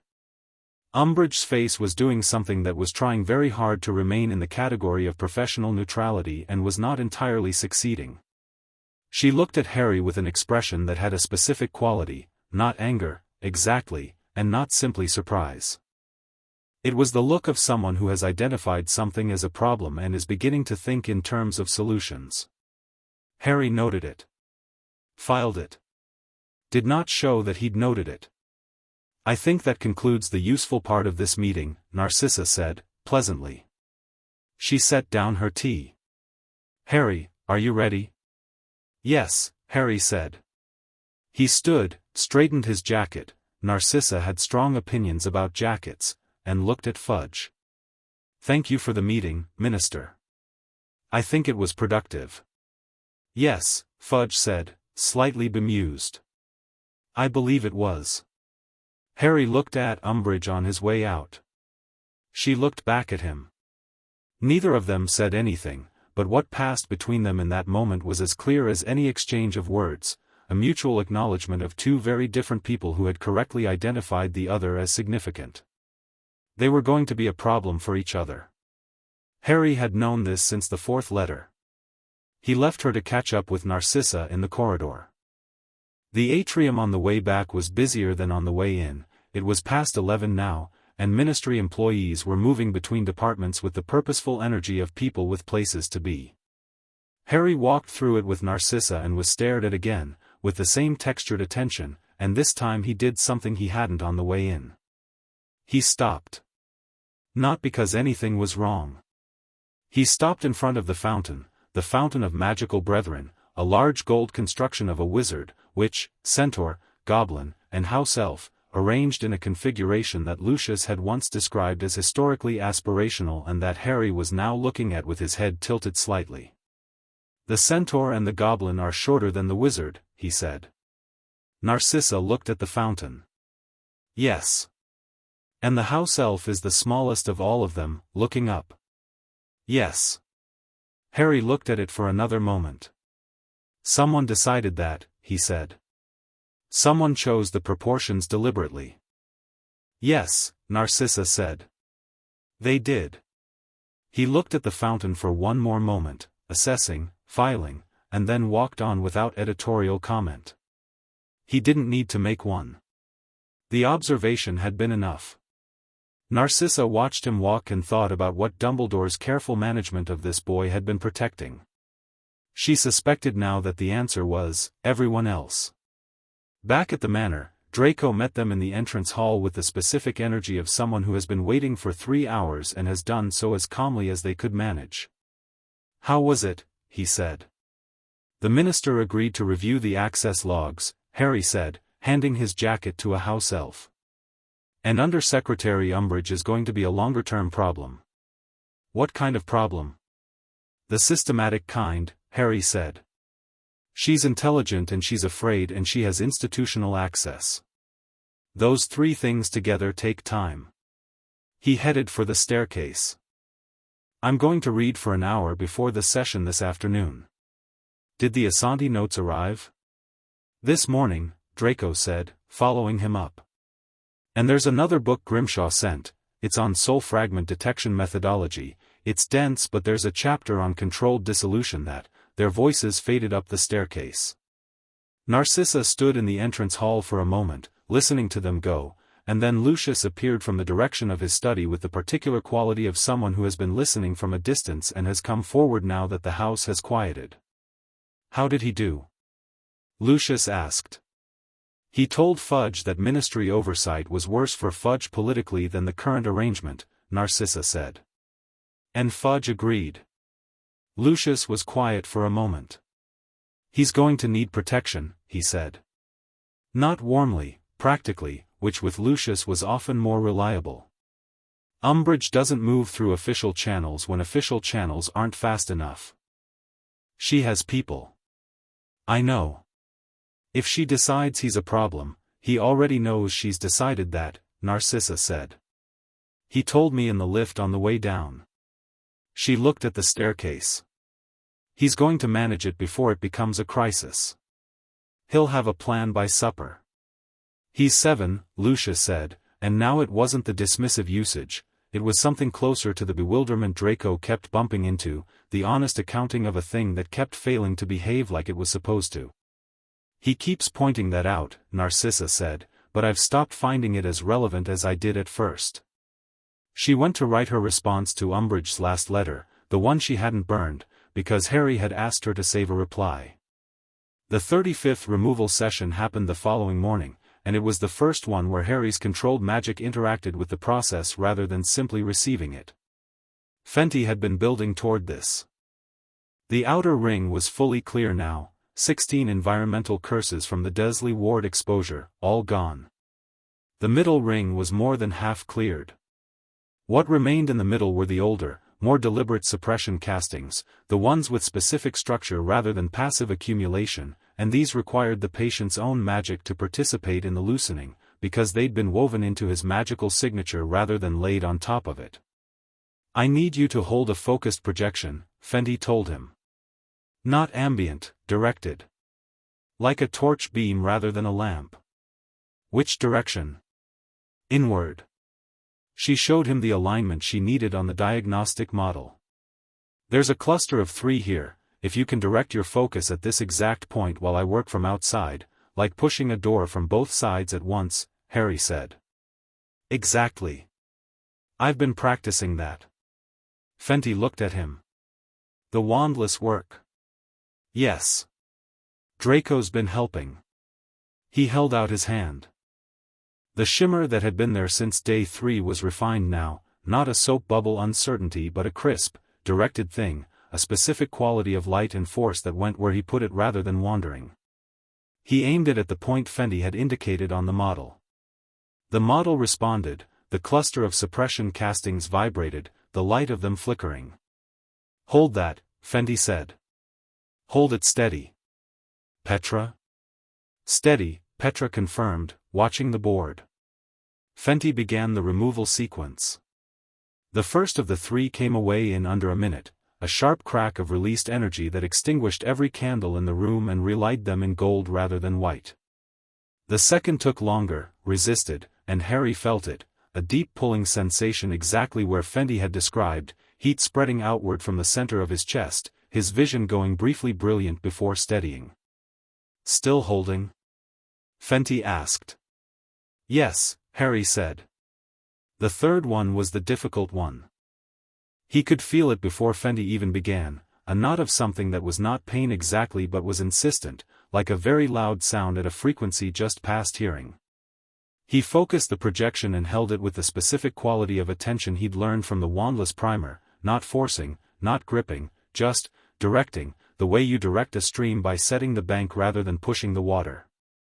When it came loose, the room went completely dark for 1 full second.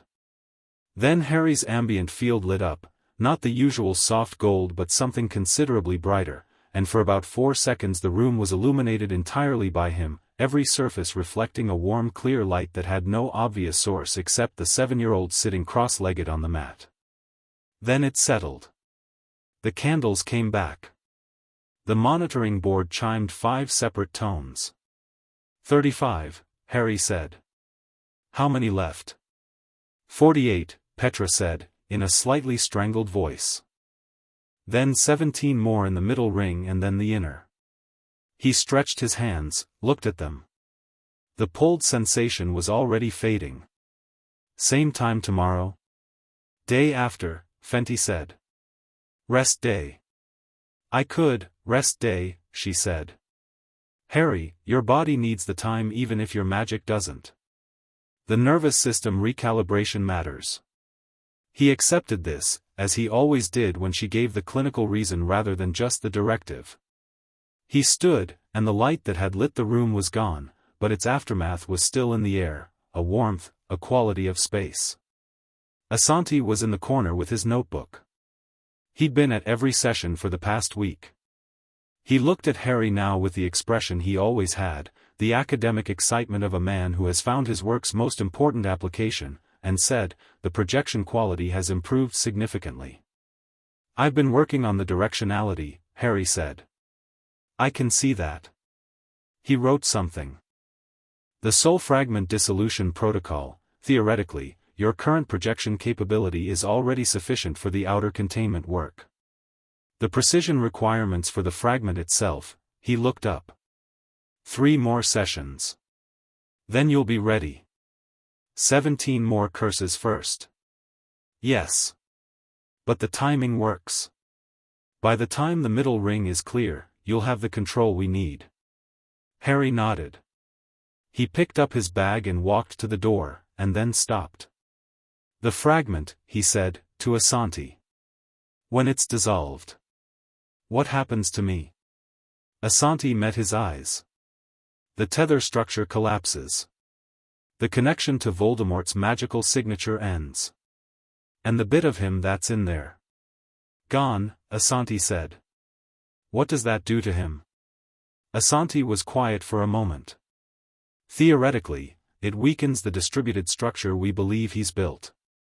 It doesn't end him. But it changes the balance.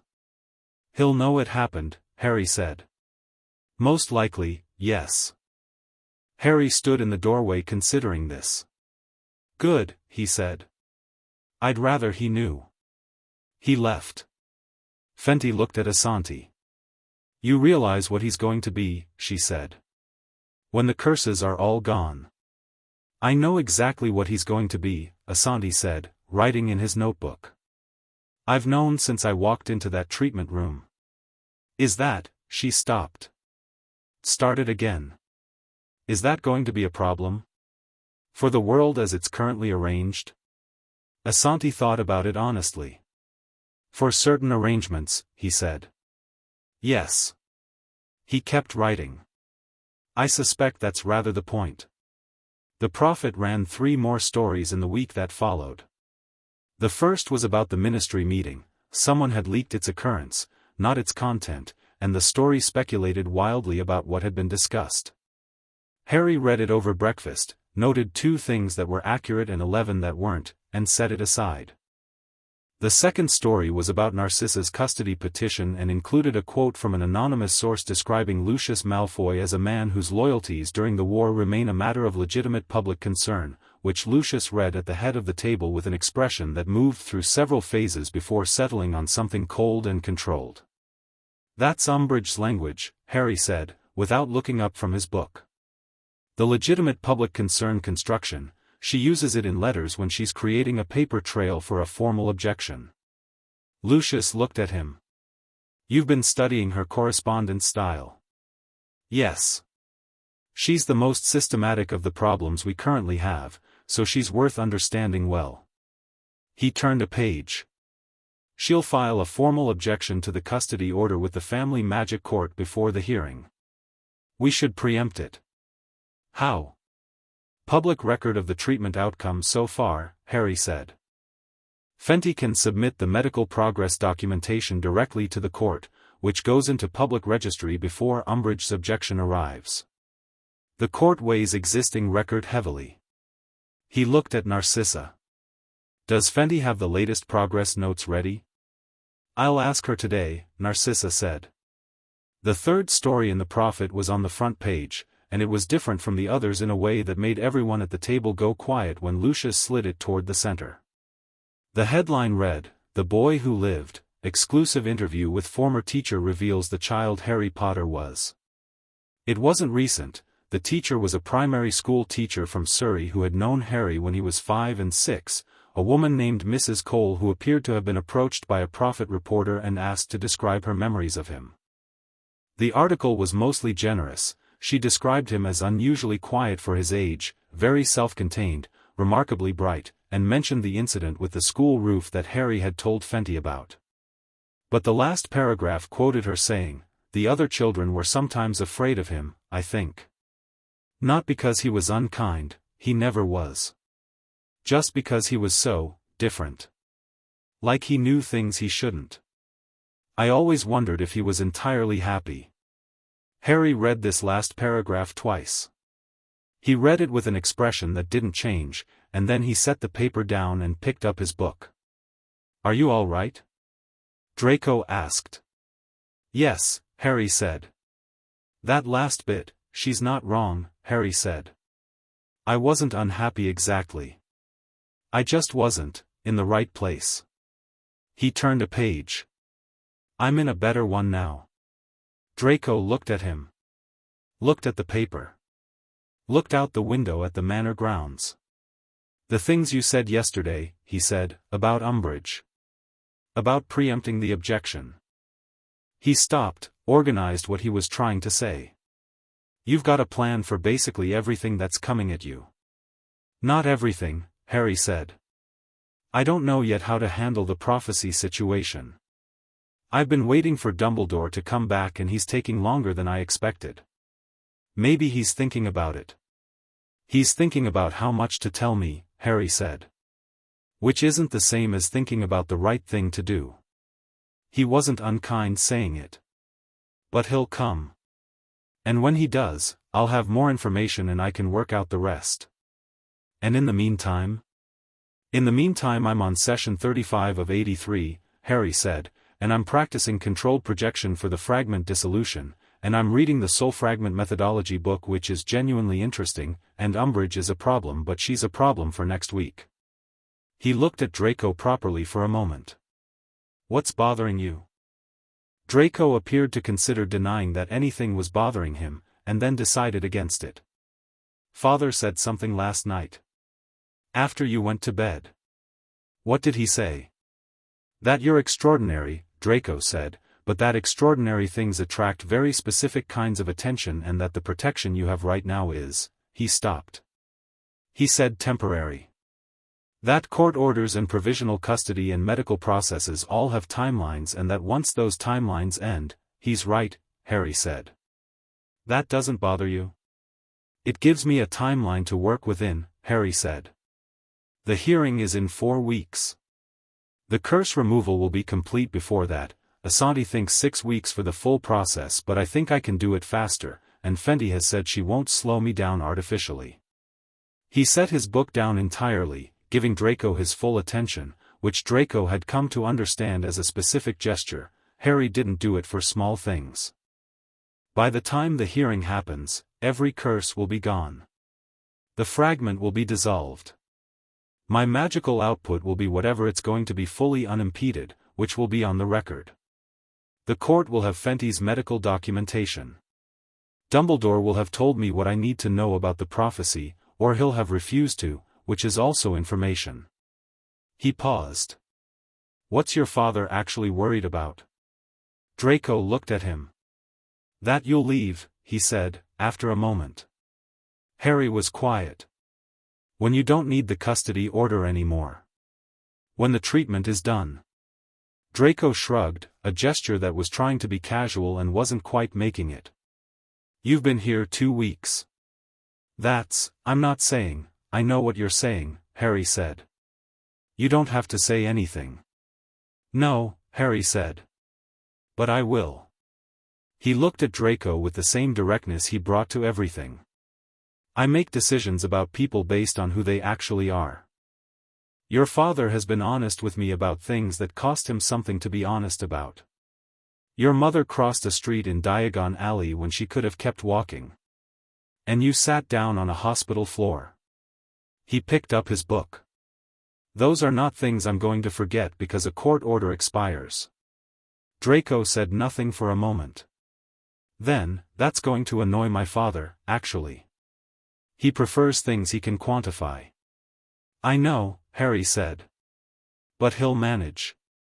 Outside, the grounds were doing something green and elaborate in the summer warmth, and in the forest at the far edge, a thestral moved through shadow with its enormous wings folded, seen only because Harry was near the window and happened to look at the right moment. He watched it for a second. Then he turned to his book and kept reading, and the morning moved on, and 4 weeks out from the hearing, with 48 curses still waiting, the shape of what was coming was already visible to anyone paying close enough attention. Harry was paying close attention. He was always paying close attention. Chapter 5, The Greater Good. Dumbledore came on a Wednesday, unannounced, which Harry had expected. Not because he'd predicted the specific day, he hadn't, but because unannounced was the right move for someone who needed to control the conditions of a conversation, and Dumbledore was too experienced not to know it. If he rode ahead, Harry would prepare. If he arrived without warning, he had the structural advantage of the unexpected, the few seconds where the other person is still arranging themselves. Harry had been in the Manor's small sitting room off the library, cross-legged on the window seat with Asante's notebook and his own expanding set of margin notes, when a house elf appeared and said that a visitor had arrived at the gate. "I know," Harry said. He closed the notebook and set it aside. "Please tell Mrs. Malfoy." By the time Dumbledore was shown into the sitting room, Harry was in a proper chair, his notes were out of sight, and he had a cup of tea because Narcissa had appeared at some point in the previous 4 minutes and arranged exactly that, with the competence of someone who had been running a household for 2 decades and treated the management of visiting headmasters as a subset of the same skill set. Dumbledore took in the room. He took in Harry. He took in the chair that had been positioned, not opposite Harry's, which would have been confrontational, but at an angle, which was hospitable, and not beside Harry's either, which would have been subordinate. The exact right angle of 2 people talking as equals. Narcissa had chosen the furniture placement. "Harry," Dumbledore said. "You look well." "I am," Harry said. "Sit down." Dumbledore sat. He looked better than the last visit, less arranged, somehow. More present. He'd left the half-moon spectacles, but his eyes had the same quality of genuine attention they always did, the kind that made you feel the full weight of it and couldn't decide if that was a gift or a technique. "You've been a long time," Harry said. Not accusing. Observing. "I have," Dumbledore agreed. "I needed to think. About how much to tell me." "About how to tell you," Dumbledore said, and the distinction was deliberate and precise, and Harry respected it enough to sit with it for a moment. "That's different," Harry said. "Yes. I've been reconsidering some positions." He looked at the window, at the manor grounds beyond it, at the distant tree line where anyone else would have seen only trees. "I placed you with the Dursleys because it was the safest available option for the greatest number of people. I told myself that framing for a very long time." He looked back at Harry. "It was partially true. It is still the case that the blood ward protection was real and significant. It is also the case that I chose convenience alongside necessity and didn't examine the examination closely enough." "That's the most honest you've been," Harry said. "I'm trying to be."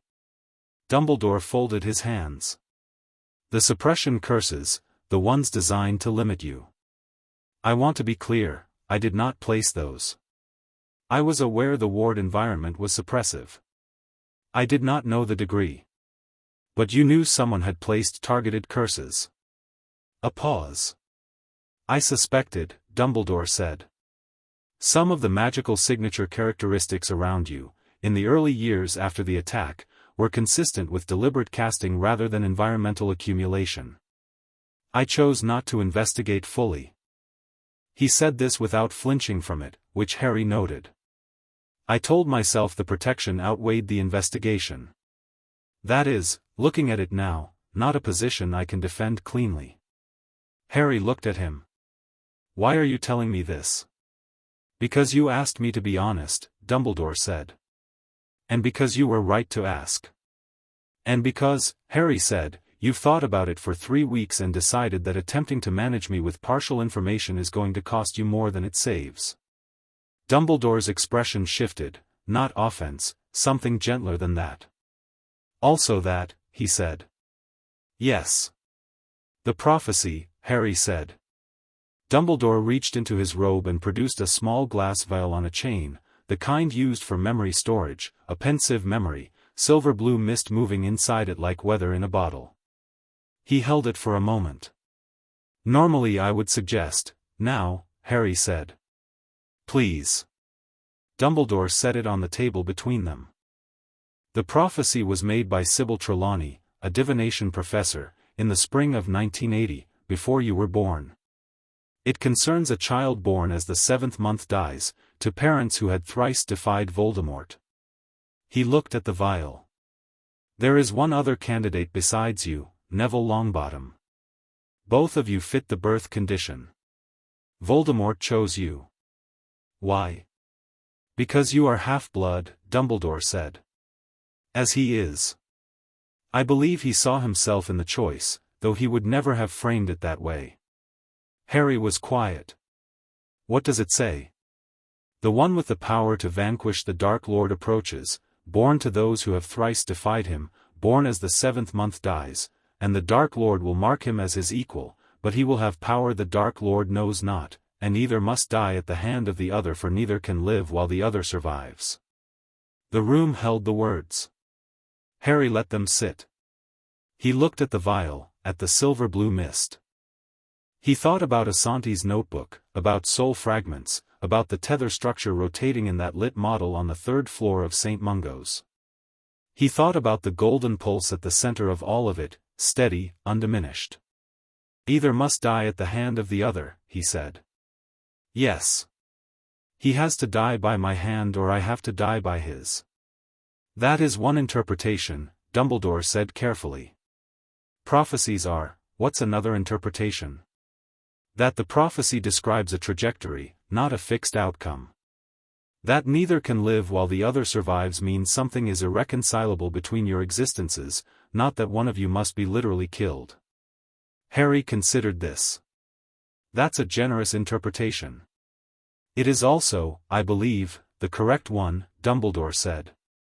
Though I have lived with it for 15 years and I hold it somewhat loosely. He looked at Harry. There is something else. The fragment, Harry said. Dumbledore went very still. You know. I know, Harry said. Lucius found a blood magic treatise. Asante confirmed it. We've had a dissolution protocol designed for 3 weeks. He watched Dumbledore's face very carefully. You knew too. Before any of us. Yes, Dumbledore said. How long? Since the night your parents died, Dumbledore said. I examined the scene. The magical residue at Godric's Hollow was, identifiable, to someone who knew what to look for. And you thought, Harry said, that the fragment made things more complicated. I thought, Dumbledore said slowly, that the fragment might be necessary. The word landed the way large words do, not with a crash but with a quiet, total weight. Narcissa, who had been in the corner of Harry's vision throughout, stood very still. Necessary, Harry said. I believed, and I have been reconsidering this belief, strenuously and painfully, over the past 3 weeks, that the only way to destroy the fragment while ensuring Voldemort could not reconstitute himself was, he stopped. I believe that you would need to die. Briefly. That a willing, deliberate death at the right moment would destroy the fragment and sever his ability to return. And I would come back, Harry said. I believed so. The protective magic your mother left in your blood, I believed it would be a shield even against that. You believed, Harry said. Not new. No, Dumbledore said. Not new. Harry sat with this. He sat with it the way he'd sat with the 83 curses on the first morning, not letting it become panic, not pushing it away, just looking at it directly, letting it be exactly the size it was. So your plan, he said, has always had a version where I walk into something and die, on the chance that I'd come back. Had, Dumbledore said. I'm revising it. Because of the dissolution protocol. Because of the dissolution protocol, Dumbledore said. And because, he stopped. Started again, more carefully. Because sitting in this room and in that hospital room and thinking about the choices I've made, I find I cannot, I find there is a version of myself that I am not comfortable being. That built a plan in which a child's death was an acceptable component. He looked at Harry with something that was, Harry thought, as close to unguarded as this man ever came. I have spent a great deal of my life telling myself that the greater good justifies the cost. I have occasionally been right. I have not always been right, and I have not always examined the question carefully enough when it was a cost paid by someone other than myself. That's very honest, Harry said. It's overdue, Dumbledore said. Harry looked at the prophecy vial on the table. He reached out and picked it up. It was warm, warmer than glass should be, and held it, letting the silver-blue mist turn in it. The dissolution protocol, he said. Asante's framework. It removes the fragment safely. No death required. If it works, Dumbledore said. The theory is sound. I've reviewed Asante's published work, he's the best in this field. But it has never been attempted. Lots of things haven't been attempted, Harry said. No, Dumbledore agreed. They haven't. If I dissolve the fragment, Harry said, what does that do to Voldemort's overall structure? His Horcruxes. Dumbledore looked at him sharply. You know about those. Lucius's restricted library, Harry said. And Asante confirmed the mechanism. Voldemort has made multiple Horcruxes. The fragment in me is an accidental one. If I remove it, his total count changes. It weakens the anchoring structure of his continued existence, Dumbledore said. It doesn't end him. But he paused. It begins a process. What are the others? Harry said. The deliberate ones. Harry, what are they? Harry said, with the flat, clean certainty that wasn't aggressive but was not going to be moved. You came here to be honest. The dissolution protocol only addresses the accidental fragment. The rest of them, I'm going to need to know eventually. Better to need it now, when there's time to think, than later when there isn't. Dumbledore sat in the specific silence of a man who is making a real decision rather than finding the most elegant path to a predetermined one. I know of several, he said finally. I have been researching for years. There is a diary, destroyed, years ago, by accident. There is a ring, hidden in the Gaunt family home. A locket. A cup. Possibly one more, and possibly, he stopped. Possibly a living thing, Harry said. Yes. Nagini, Harry said. The snake. Dumbledore looked at him. How do you? The tether structure has a secondary resonance I've been aware of since session 20, Harry said. Fendi flagged it as a known signature echo but didn't pursue it because it wasn't in the curse layer. I looked it up. He set the prophecy vial back on the table. So there are at minimum 5 other Horcruxes. Plus the fragment in me, which I'm going to dissolve. That's 6 accidental or deliberate pieces of his soul distributed across objects and a snake. Yes, Dumbledore said. And Voldemort's current state is, less than a ghost, Dumbledore said. He exists, in some form, somewhere. Gaining strength slowly. He has been attempting to return for 6 years. He has not succeeded. Because of the fragment, Harry said. While it's in me, it's inaccessible to him. The distributed soul structure requires all pieces to reconstitute properly. If I dissolve my piece, he may accelerate his attempts to return, Dumbledore said. Yes. That is one of the risks. Harry looked at the window. At the grounds. At the tree-line. And you thought, he said, that keeping the fragment in me, suppressed, limited, that was a kind of insurance. A tether on his ability to come back. A partial one, Dumbledore said. Not the only factor. But, yes. So the suppression curses, Harry said, and he said it with the particular quality he reserved for things he'd already worked out and was now confirming. The ones designed to limit me. The ones placed deliberately to make me smaller. He looked at Dumbledore. Did you place those? No, Dumbledore said. But you didn't investigate them. No. Because a limited Harry is a safer Harry. For the plan. Dumbledore was silent for a long time. Long enough that it was its own answer. I need you to understand something, Dumbledore said finally.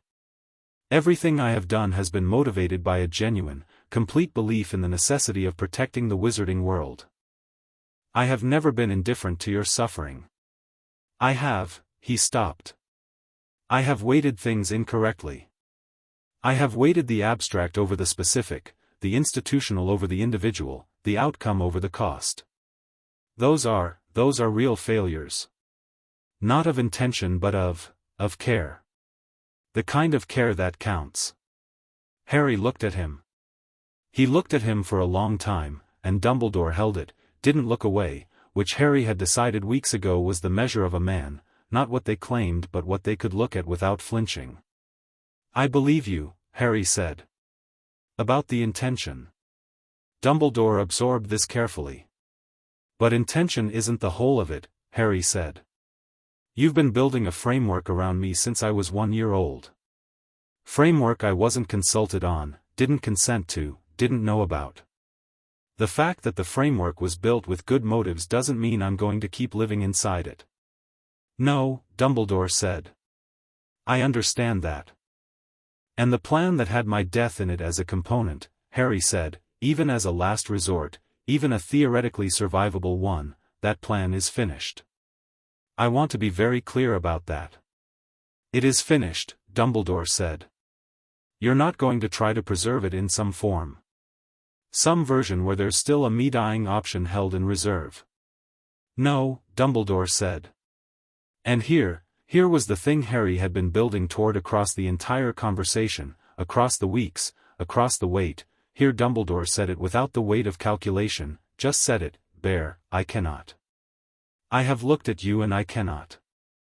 I tried to hold the abstraction, the greater good, the larger picture, and I kept seeing a child who read a book about magical theory while having blood curses removed, who told a ministry official that oversight was a worse political outcome than the alternative, who sat on steps in Diagon Alley at 8:30 in the morning and catalogued a stranger's eye movements. His voice was quiet. I cannot abstract you anymore. I tried. I am not able. The room held this for a moment. Then Harry said, good, and picked up his tea, and drank it. They talked for another 2 hours. Not about plans, mostly, about the Horcruxes. About what Dumbledore knew and what he'd guessed and what was still uncertain. Harry asked specific questions and Dumbledore answered them without the usual editorial management, without the warmth that was also a filter, just answered, and between the two of them a picture built that was considerably more complete than either had going in. Narcissa sat across the room with her own tea and listened and did not interject, but when Dumbledore described the gaunt ring's hiding place and Harry said he'd need to retrieve it, she said, not alone, with a quietness that was not soft. Obviously not alone, Harry said. I'll come with you, she said. Mrs. Malfoy, Dumbledore began. She's better at curse breaking than you might expect, Harry said, without looking up from the notes he was making. She has 17 years of unused healer training. Dumbledore looked at Narcissa. Narcissa looked back at him with the expression she developed for the ministry, perfectly civil, absolutely immovable. Of course, Dumbledore said. When he left, the afternoon had shifted, clouds moving in from the west, the grounds going grey and green in the particular way of a summer storm approaching. Dumbledore walked to the gate with the Manor's house elf, and his back as he went was different from how it had come in, not smaller, not defeated, just different. A man who had set down something heavy and wasn't sure yet what his hands felt like without the weight. Harry watched from the window. Do you trust him? Narcissa asked, from behind him. No, Harry said. Not completely. He's still thinking 3 moves ahead and the moves he's thinking are still shaped by a framework that's been calcifying for 40 years. He watched the gate close. But he's trying to examine the framework and that's more than most people do with ideas they've held for a long time. He turned. And he genuinely loves the world he's protecting. He's just been wrong about some of the costs. Do you forgive him? Narcissa asked. Harry considered this with real seriousness. I think forgiveness is the wrong word, he said finally. It implies he did something to me specifically that I'm releasing. What he did was make decisions that treated me as a means to an end rather than a person, which is different from a personal wrong. He looked at his hands, no shimmer currently, but the warmth was always there now, always present, 48 curses still to go but everything already different from what it had been. I'm going to work with him. He has information and access and he's genuinely the best magical mind in Britain for certain kinds of problem. Working with him is practical. Forgiving him is, he paused.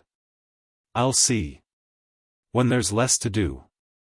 Draco found out about the meeting at supper, because Harry told him, and because Harry told him exactly what had been discussed, without editing, which was the way Harry handled Draco's right to information, not protecting him from the difficult parts, just giving them clearly. Draco sat with the soul fragment information for about 30 seconds before he said, "So Dumbledore thought you might have to die."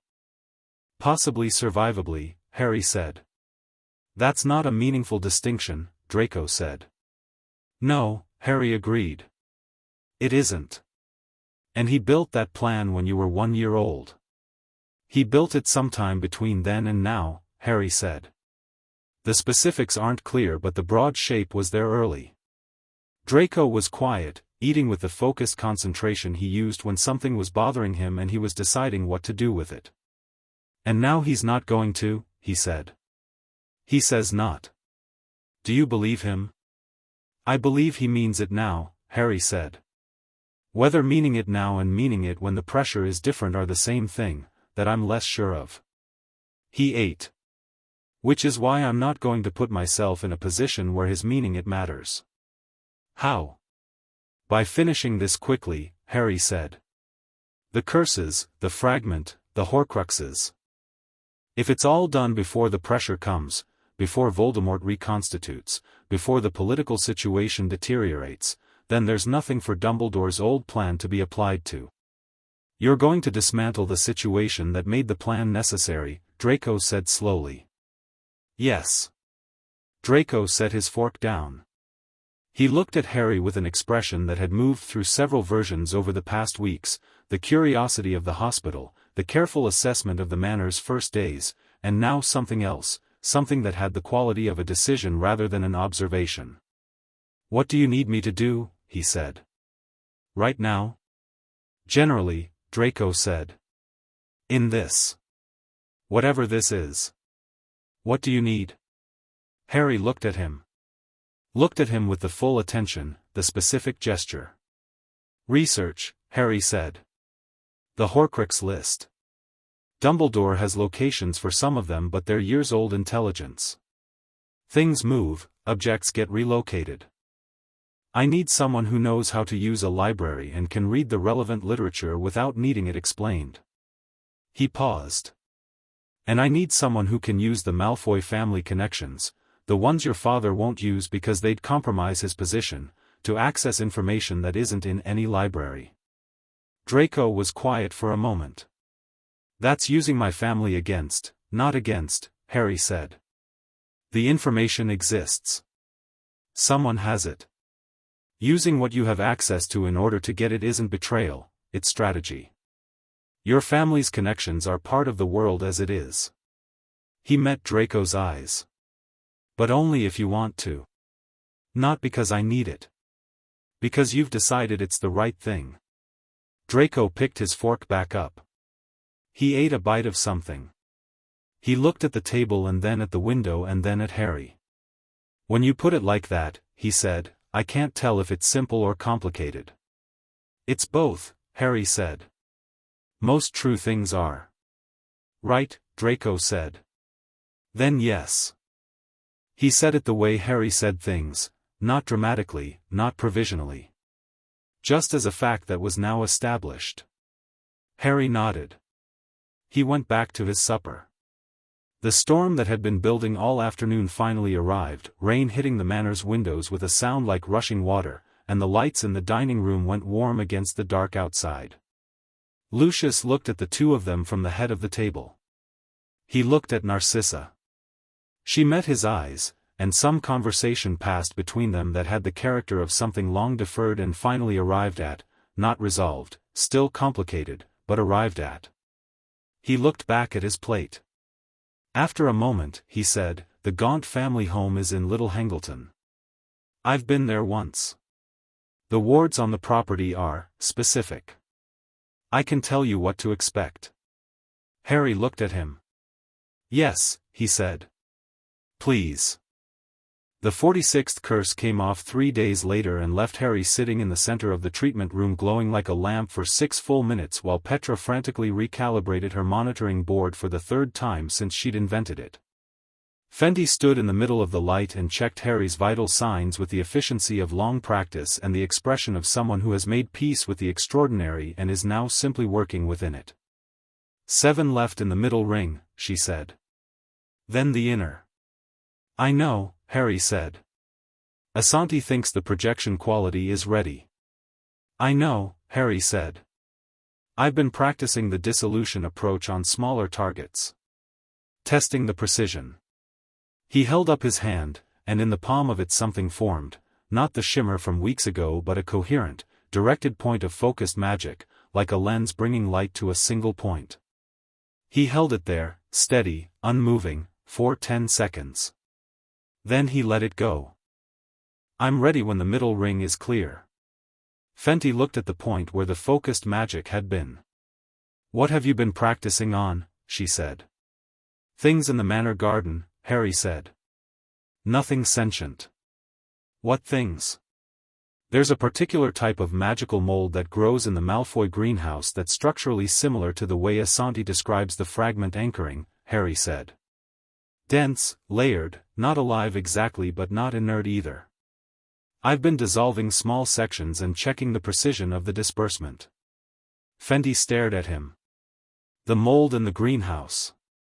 Draco identified it, Harry said. He's been reading a lot of mycology. Draco Malfoy, Fenty said, has been reading mycology. Yes. He said if he was going to help he was going to understand the mechanism properly. Harry picked up his bag. He's also compiled a secondary research file on the historical precedents for controlled dissolution. It's quite good. Do you want a copy? Fenty looked at Petra. Petra was writing something on her board with the expression of someone who has stopped being surprised by individual developments and is now simply documenting them. Yes, Fenty said. Send the file. Umbridge's formal objection to the custody order arrived at the family magic court on a Thursday, which was faster than Harry had predicted but not fast enough to precede Fenty's medical documentation, which had been submitted the previous Friday and had already been marked as entered into record by the court registry. The objection cited 3 grounds: the Malfoy family's wartime history, the absence of a formal Dumbledore-approved guardianship structure, and what Umbridge described as the concerning degree of autonomous decision-making demonstrated by the ward, by which she meant Harry's conduct at the ministry meeting, which had apparently been reconstructed from Percy Weasley's notes and had not improved in the telling. Harry read the objection the afternoon it arrived. He read all 7 pages of it at the sitting-room desk, with Narcissa across from him reading her own copy, and when he finished he set it down. She's called my decision-making concerning, he said. Yes, Narcissa said. Because I negotiated with the minister. Because you outmaneuvered the minister, Narcissa said. There's a distinction she's drawing. The distinction she's drawing is that a child who can outmaneuver adults is frightening, Harry said. She's not wrong about the frightening part. She's wrong about what to do with the frightening part. He picked up his quill. Our response goes in by Monday. Monday, Narcissa said. Then we have 3 days. He pulled a piece of parchment toward him. I want to address the autonomous decision-making point directly, not defensively. How? By agreeing with it, Harry said. Yes, I make decisions. Yes, they're autonomous. I've been making autonomous decisions since I was old enough to understand that decisions were being made by others that affected my life, and my track record is better than the people who've been deciding for me. He started writing. Framing it as a concern requires the court to believe that a child's ability to reason is inherently dangerous. Most courts won't accept that framing cleanly, it has implications they don't want. Narcissa watched him write. He wrote quickly, with the focused efficiency he brought to everything, pausing occasionally to reconsider a word, never striking anything out more than once. "You're enjoying this," she said. He looked up. Considered the accusation. "Yes," he said, without apparent guilt. "Is that wrong?" "No," she said. "Lucius enjoys it too." "He'd never say so." "I know," Harry said. "He gets a specific stillness when a legal argument is going well. It's different from his regular stillness." He went back to writing. "How long has he been advising me without admitting he's advising me?" "Since approximately day 3, Narcissa said, dryly. "I thought so," Harry said. "He's been leaving things on my desk. Books with pages marked. He thinks I think it's the house elves." He kept writing. "Tell him I said thank you when the moment is right." Narcissa sat back in her chair. Outside the sitting room window, the grounds were in early evening light, the fountain doing something gold in the low sun, the tree lean dark. She looked at Harry, bent over his parchment, quill moving, the particular quality of concentrated light that wasn't the ambient field but was always around him now, a quality of attention made almost visible. She thought about the morning in Diagon Alley, the boy on the step, the rope belt. She thought about what Dumbledore had built, what he'd maintained, what it had taken to maintain it. She thought about the suppression curses in their dark red rings, all those years of deliberate limitation. She thought about what you do when you've been made small for long enough that you've almost forgotten what your actual size was. Whether it was possible to forget that completely. Whether something in you kept the record regardless. She thought about the healer's eye that she'd never been able to turn off. "Harry," she said. He looked up. "When this is all done," she said, "what do you want?" He appeared to consider the question genuinely, setting down his quill. He looked at the window for a moment, at the garden, at the fountain. He turned the question over. "Hogwarts," he said. "I want to learn properly.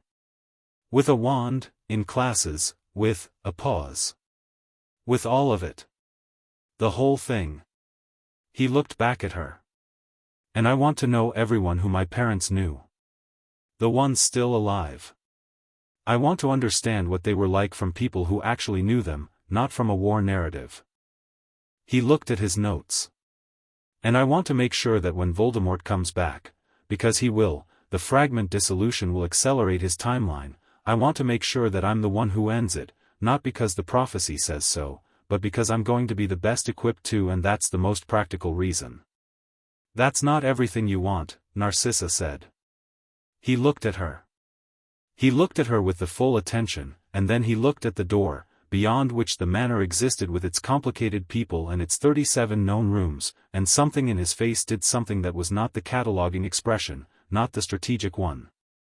Something that was only ever there briefly and quietly. "No," he said. "But it's enough to say out loud."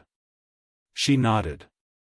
She looked at his parchment, at the response to Umbridge's objection in his precise, clear handwriting. "Keep the second paragraph," she said. "It's the best argument in there." He looked at it. "I thought so too," he said, and went back to writing. The 53rd curse came free on a Monday morning and the room shook. Not dramatically, the walls didn't crack, no windows broke. But the floor vibrated, distinctly and perceptibly, for about 3 seconds, and every piece of diagnostic equipment in the room emitted a prolonged tone that descended in pitch like a large bell going quiet after being struck. Harry sat in the aftermath and felt the space the 53rd had occupied. He was getting better at feeling them individually now, each one had a quality, a character. This one had been a deep suppression, one of the oldest, woven so far back into his magical signature that it had the character of something almost architectural. It had been part of the structure of how he moved through magic since before he could walk. He felt its absence like a room he'd been living in with a low ceiling, the ceiling suddenly gone, and he stood up straight for the first time and didn't hit his head, and the height was startling. "How's the output?" he asked Petra. Petra looked at her board. She looked at it for a moment. "I'm going to need a different board," she said. "Is that a clinical assessment?" Harry said. It is, she said, entirely literal. She turned to him. You're 30 curses away from having none. You're already generating an ambient field that my current equipment can't fully measure. When the inner ring is gone, I know, Harry said.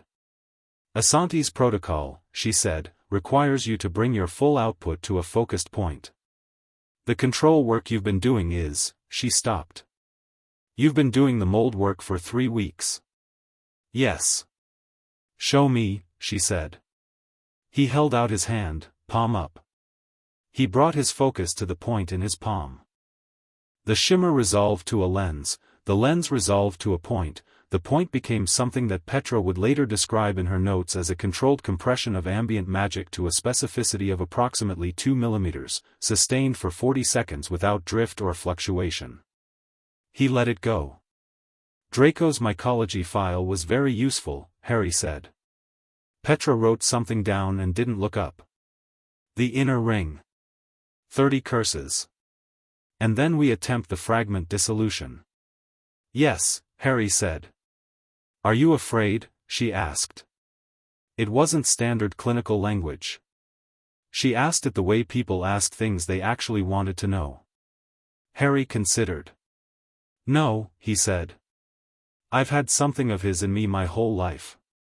I'd like it gone. He picked up his bag. It'll be interesting to find out what's left when it is. He walked out. Petra watched him go. She wrote in her notes for a moment, then looked at what she'd written, then added a line at the bottom: patient demonstrates complete readiness. Clinical assessment, proceed. She underlined it.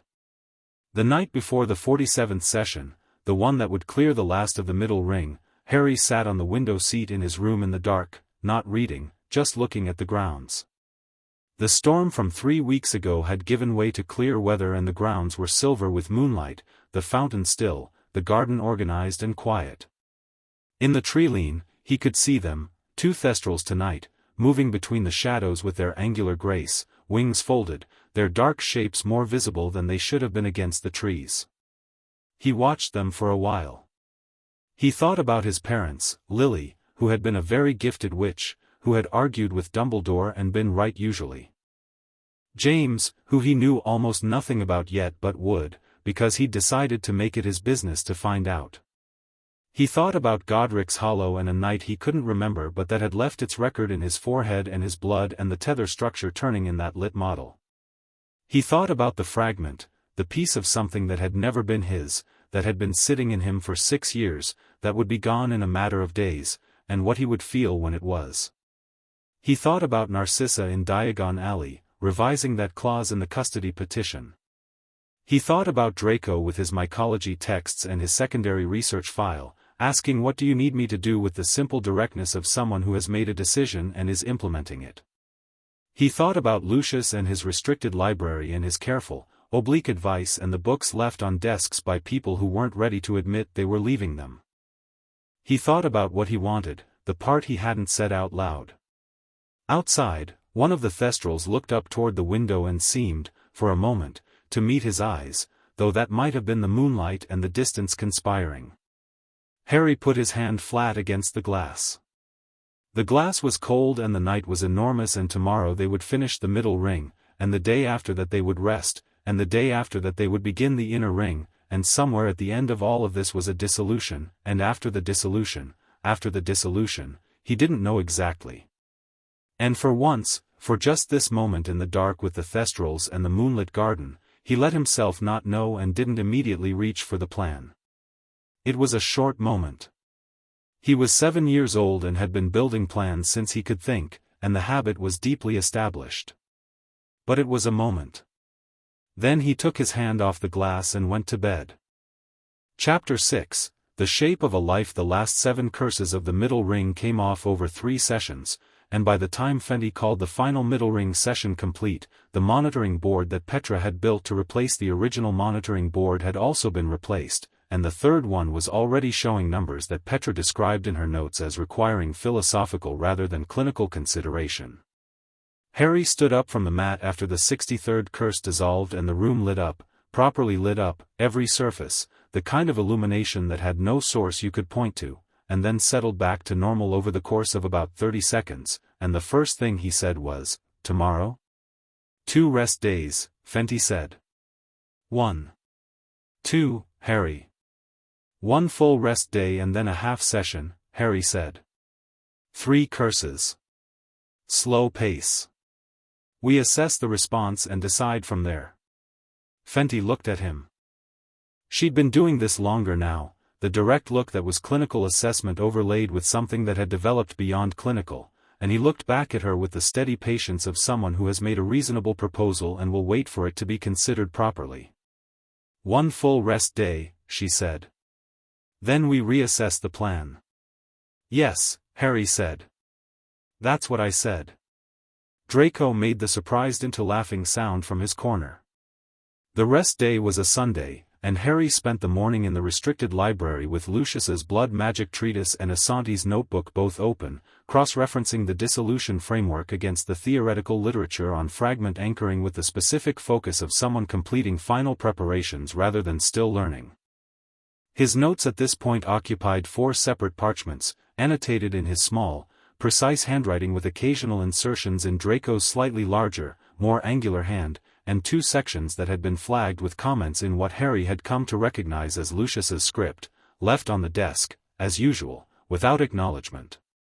He acknowledged them to himself, as usual, and incorporated the corrections. At noon, Narcissa came to the doorway. "There's someone here," she said. "Who?" "Remus Lupin." Harry set down his quill. He'd been expecting this. Dumbledore had mentioned Remus Lupin in their conversation, and the name had appeared twice in his research into his parents. One of James Potter's closest friends. A werewolf, currently, which was relevant to some things and irrelevant to others. He had wondered when this would happen. "Where?" Harry said. "The main sitting room." Narcissa paused. He looked, she considered. He looked like he wasn't sure he had any right to be here. Harry stood. He walked through the library, down the corridor, and into the main sitting room, where a man sat in one of the wing chairs with the posture of someone who has been bracing themselves for something and hasn't quite been able to stop bracing despite the fact that they're now here and the bracing is accomplished. Remus Lupin was perhaps 30 years old, though he looked older, not in years but in the particular way of someone who has had a hard decade and hasn't been properly eating throughout it. His robes were clean but worn, the elbows gone thin. His face was angular, tired around the eyes, and he had a scar along his jaw that he'd probably stopped noticing. He looked at Harry when Harry came in and his expression did something that was very rapid and probably involuntary, a flicker of something that was not quite recognition, not quite grief, resolving into a careful composed attention. "You look like James," he said, before anything else. "And Lily." Both at once, which shouldn't be possible, but... He stopped. "Sorry." "Hello. I'm Remus Lupin," Harry said. "You were my parents' friend. James Potter specifically." He sat in the chair across from him. "How long did you know them?" Lupin blinked. "From age 11, he said. "We were at Hogwarts together. We were close for many years." He looked at Harry with the same quality of careful attention. "I should have come sooner," he said. "When the story broke, when I saw the prophet, I thought about coming immediately and then he looked at his hands. "I'm a werewolf," he said, with the directness of someone who has learned to lead with the difficult thing because it saves time. I'm not exactly the person most custody arrangements would welcome." "I don't have a conventional custody arrangement," Harry said. "And I knew about the werewolf thing." Lupin looked at him. "Dumbledore told you?" "Dumbledore mentioned you.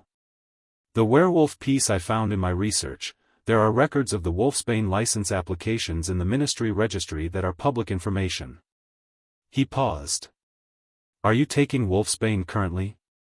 "Yes," Lupin said, slightly off balance in the way people got with Harry. "Though he stopped. "It's expensive." But yes. Good, Harry said. He looked at Lupin properly. Tell me about them. My parents. I've been reading the war records and the Hogwarts official histories and they're mostly useless. They describe what people did and not who they were. I'd like to know who they were. Lupin sat for a moment, and the bracing he'd been doing shifted into something else, not relaxation exactly, more like rearrangement. Like someone who came prepared for a specific kind of conversation and has found a different one waiting, and is recognizing that the different one is better. Lily, he said, was the most precise person I have ever known.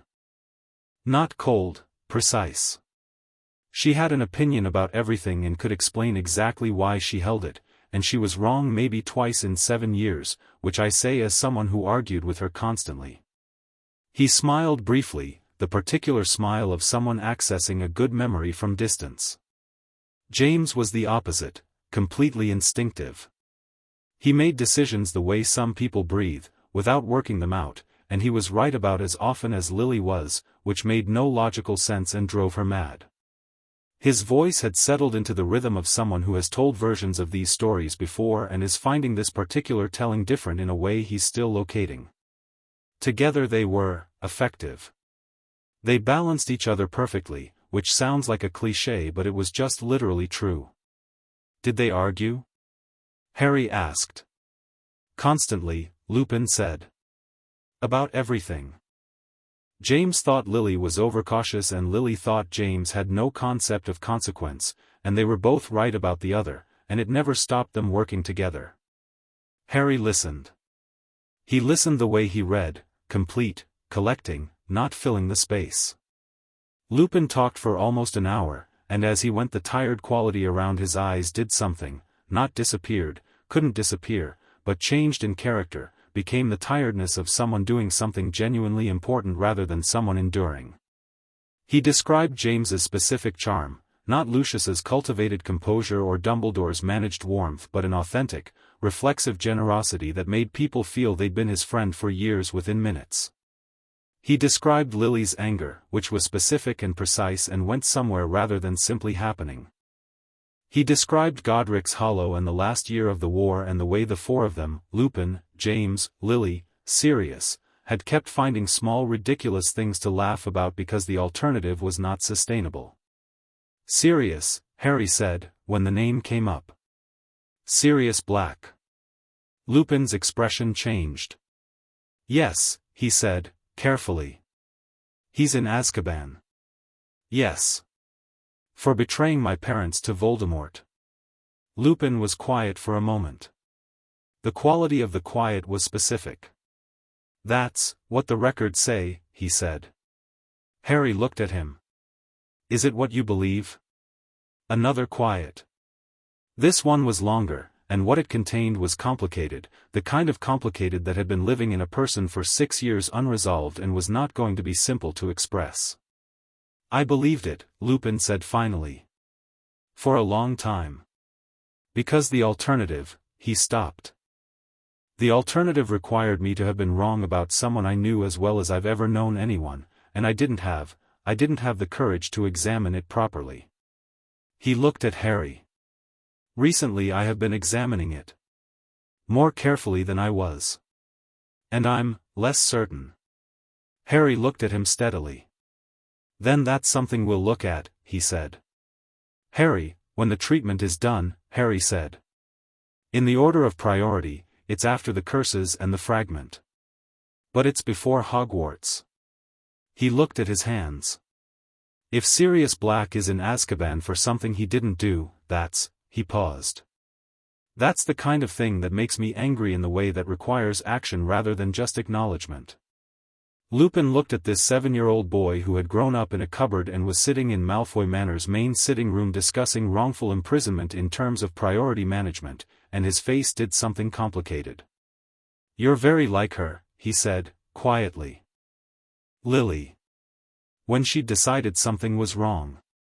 That same, he searched for the word. That same quality of it not being negotiable. Good, Harry said. I'd like to be like her in the ways that count. They had lunch. Draco came down and met Lupin with his usual careful assessment and then asked 3 increasingly specific questions about the Marauder's map, which he'd apparently read about somewhere, and Lupin answered them with the specific guilty pleasure of someone who knows they're answering questions about their own mischief and cannot quite suppress how gratifying it is. Narcissa brought tea and did not appear remotely surprised by any of it. Lupin left in the early afternoon with a standing invitation to return, which Harry issued without ceremony, and which Lupin accepted with the expression of someone receiving something they'd been afraid to ask for. The inner ring began on a Tuesday. They started with 3 curses, as agreed, at a slow pace, and the response was different from anything the previous sessions had produced. The inner curses were structural, they had been load-bearing, in a sense, the way a wall is load-bearing, and removing them produced not the burst and settle pattern of the outer rings but a slow, sustained release, like water finding its level after a dam is removed. Harry felt the first one go and sat very still for a full minute afterward. "All right?" Fenty asked. "Yes," he said. He seemed to find the description insufficient. "Different. The others felt like things being removed from me. This one felt like something in me changing." He opened his hands, looked at them. No shimmer, no focused point, no visible light. Just his hands, which were, Petra noted on her board, producing an ambient magical field that extended 16 feet in every direction and showed no sign of diminishing. "Next one," Harry said. By the 3rd curse of the session the ceiling of the treatment room had changed color, not dramatically, just a slight shift toward gold that everyone pretended was a lighting effect and that persisted for 2 days after. The inner ring sessions moved faster than Harry had expected, which he did not say to Fenty but thought clearly, because the inner curses were old and complex and should have been slow, but his controlled projection was precise enough now that the combined work, Fenty's team from outside, Harry's focus from inside, was a mechanism rather than a struggle. Like a key that was built for a specific lock, not forcing, just turning. 7 sessions. The inner ring was down to the last cluster of 12, and then the last cluster of 8, and then 3, and then, on a Thursday morning, 17 days after the inner ring began, the last non-fragment curse dissolved with a sound like a very large exhale, like a building releasing a breath it had been holding for years. Harry sat in the center of the room and the gold light that had been ambient, that had been the background quality of the room since the 3rd inner ring session, went briefly, completely brilliant, not threatening, not explosive, just present and total, every surface equally illuminated, no shadows anywhere, for exactly 4 seconds. Then it settled to something that was still gold but was no longer ambient in the way of an uncontrolled field. It was simply, him. The natural quality of his magical signature, unimpeded. The thing that had been buried under 82 curses for 6 years, available now as a baseline rather than an effort. Petra looked at her board. She looked at it for a long time. "Petra," Fenty said. "I need a moment," Petra said. "Petra." "The output register," Petra said carefully, she wrote something on the board. "I'm going to show Asante. I need a second opinion on whether this is a reading error." "It isn't," Harry said. Petra looked at him. She looked at the board. "No," she said, after a moment. "I don't think it is." She wrote something else. "Harry, 82 curses. They're gone." 83, Harry said. "One remains. The fragment." Everyone in the room knew it. The word didn't need to be said. "The dissolution," Asante said, from his corner. He was already opening his notebook. "Today, or tomorrow," Fenty said, looking at Harry. "One rest day. Then the dissolution." Harry looked at Asante. Asante looked at Harry. Between them a conversation happened that was mostly silent and consisted of 2 people who had been building toward a specific moment confirming that they were both ready for it. "Tomorrow," Harry said. "Yes." That night, Lucius came to the restricted library where Harry was sitting, not reading, just sitting in the chair with the blood magic treatise closed in his lap. Lucius sat in the chair across the reading table without preamble and looked at the closed book and then at Harry. "Tomorrow," he said. "Yes," Harry said. "Asante's protocol is sound," Lucius said. "The theory is," he stopped. "I have reviewed it extensively. I believe it is sound." "I know," Harry said. "You left 3 annotated pages on my desk." Lucius did not react to this, which was itself a reaction. "The fragment dissolution severs the connection to the Dark Lord's magical signature," he said. "I want you to know, there are aspects of that connection that have been protective. Inadvertently. His interest in your survival, while you carry a piece of his soul, has been a factor. Once that is gone, he'll want me dead rather than preserved," Harry said. "Yes. I know. His return will be more urgent and my existence will be a direct threat rather than a complication." He looked at the closed book. That was always going to be the situation. Better to reach it with 83 fewer curses and a fully functioning magical signature. Lucius was quiet for a moment. "You're not afraid," he said. "No," Harry said. "That's either remarkable or reckless," Lucius said, with the dry precision that Harry had come to understand was his version of warmth. "I've thought about the things that could go wrong," Harry said. "I've thought about them seriously and with full information, and I've concluded that proceeding is the best available option and the risk is acceptable. That's not the same as being reckless." He looked at Lucius. "You've made decisions like that?" "Yes," Lucius said. "I have. Some of them correctly." "And the ones that weren't correct?" Lucius met his eyes. "Were still decisions I made with the best information I had. The difference between a wrong decision and a reckless one is whether you knew and discounted the risk or genuinely assessed it and were wrong." "Then I'm not being reckless," Harry said. "No," Lucius said. "I don't believe you are." He stood. He put his hands on the back of the chair, a gesture Harry had never seen him make, something slightly ungainly for a man who never made ungainly gestures. "The Gaunt family home," he said. "When you're ready to go. I'll come with you." Harry looked at him. "You don't have to." "I know I don't have to," Lucius said, and the edge in it was clear. "Don't insult me by suggesting this is obligation."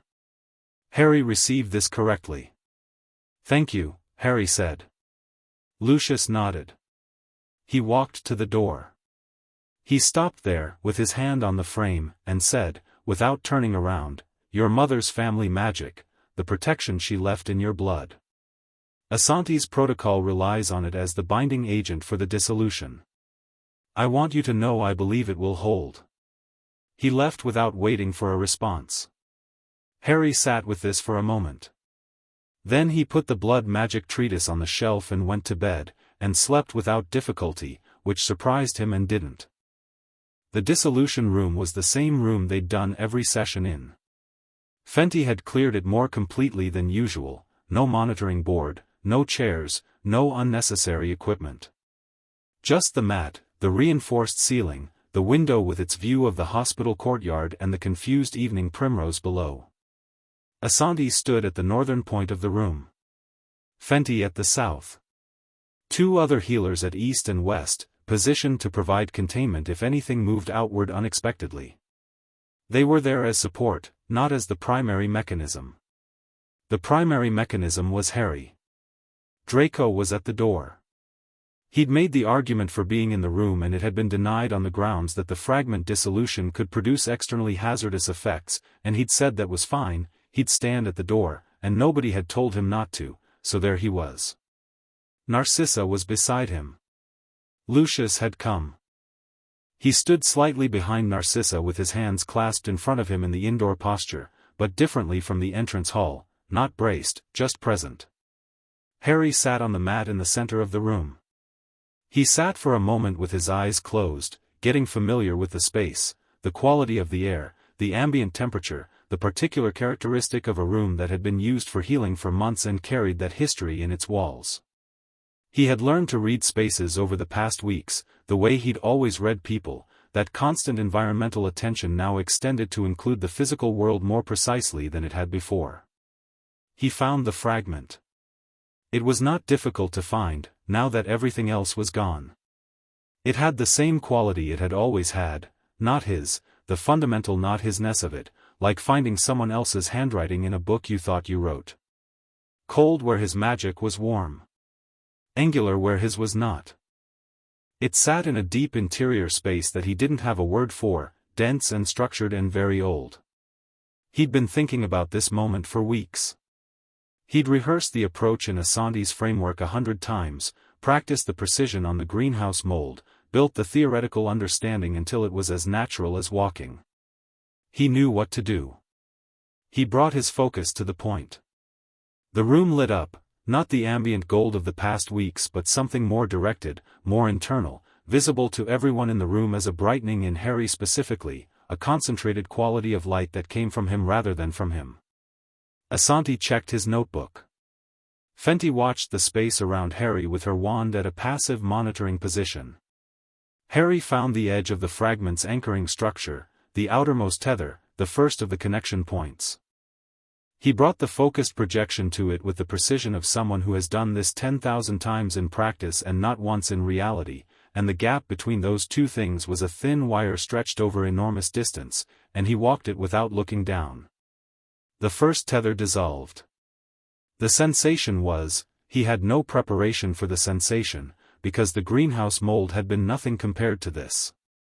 The mold had been passive accumulation. This was something that had been alive, in its way, that had its own anchoring intention, that had been oriented toward its origin point for 6 years, and when the tether dissolved the release of its orientation was enormous, a sound he felt rather than heard, a pressure releasing from somewhere he hadn't known was pressured. He did not stop. The second tether dissolved. The third. In the doorway, Draco watched Harry's face go completely still in a way that was different from his normal stillness, deeper, more interior, the face of someone entirely engaged in something invisible. Narcissa's wand was in her hand without her having consciously reached for it.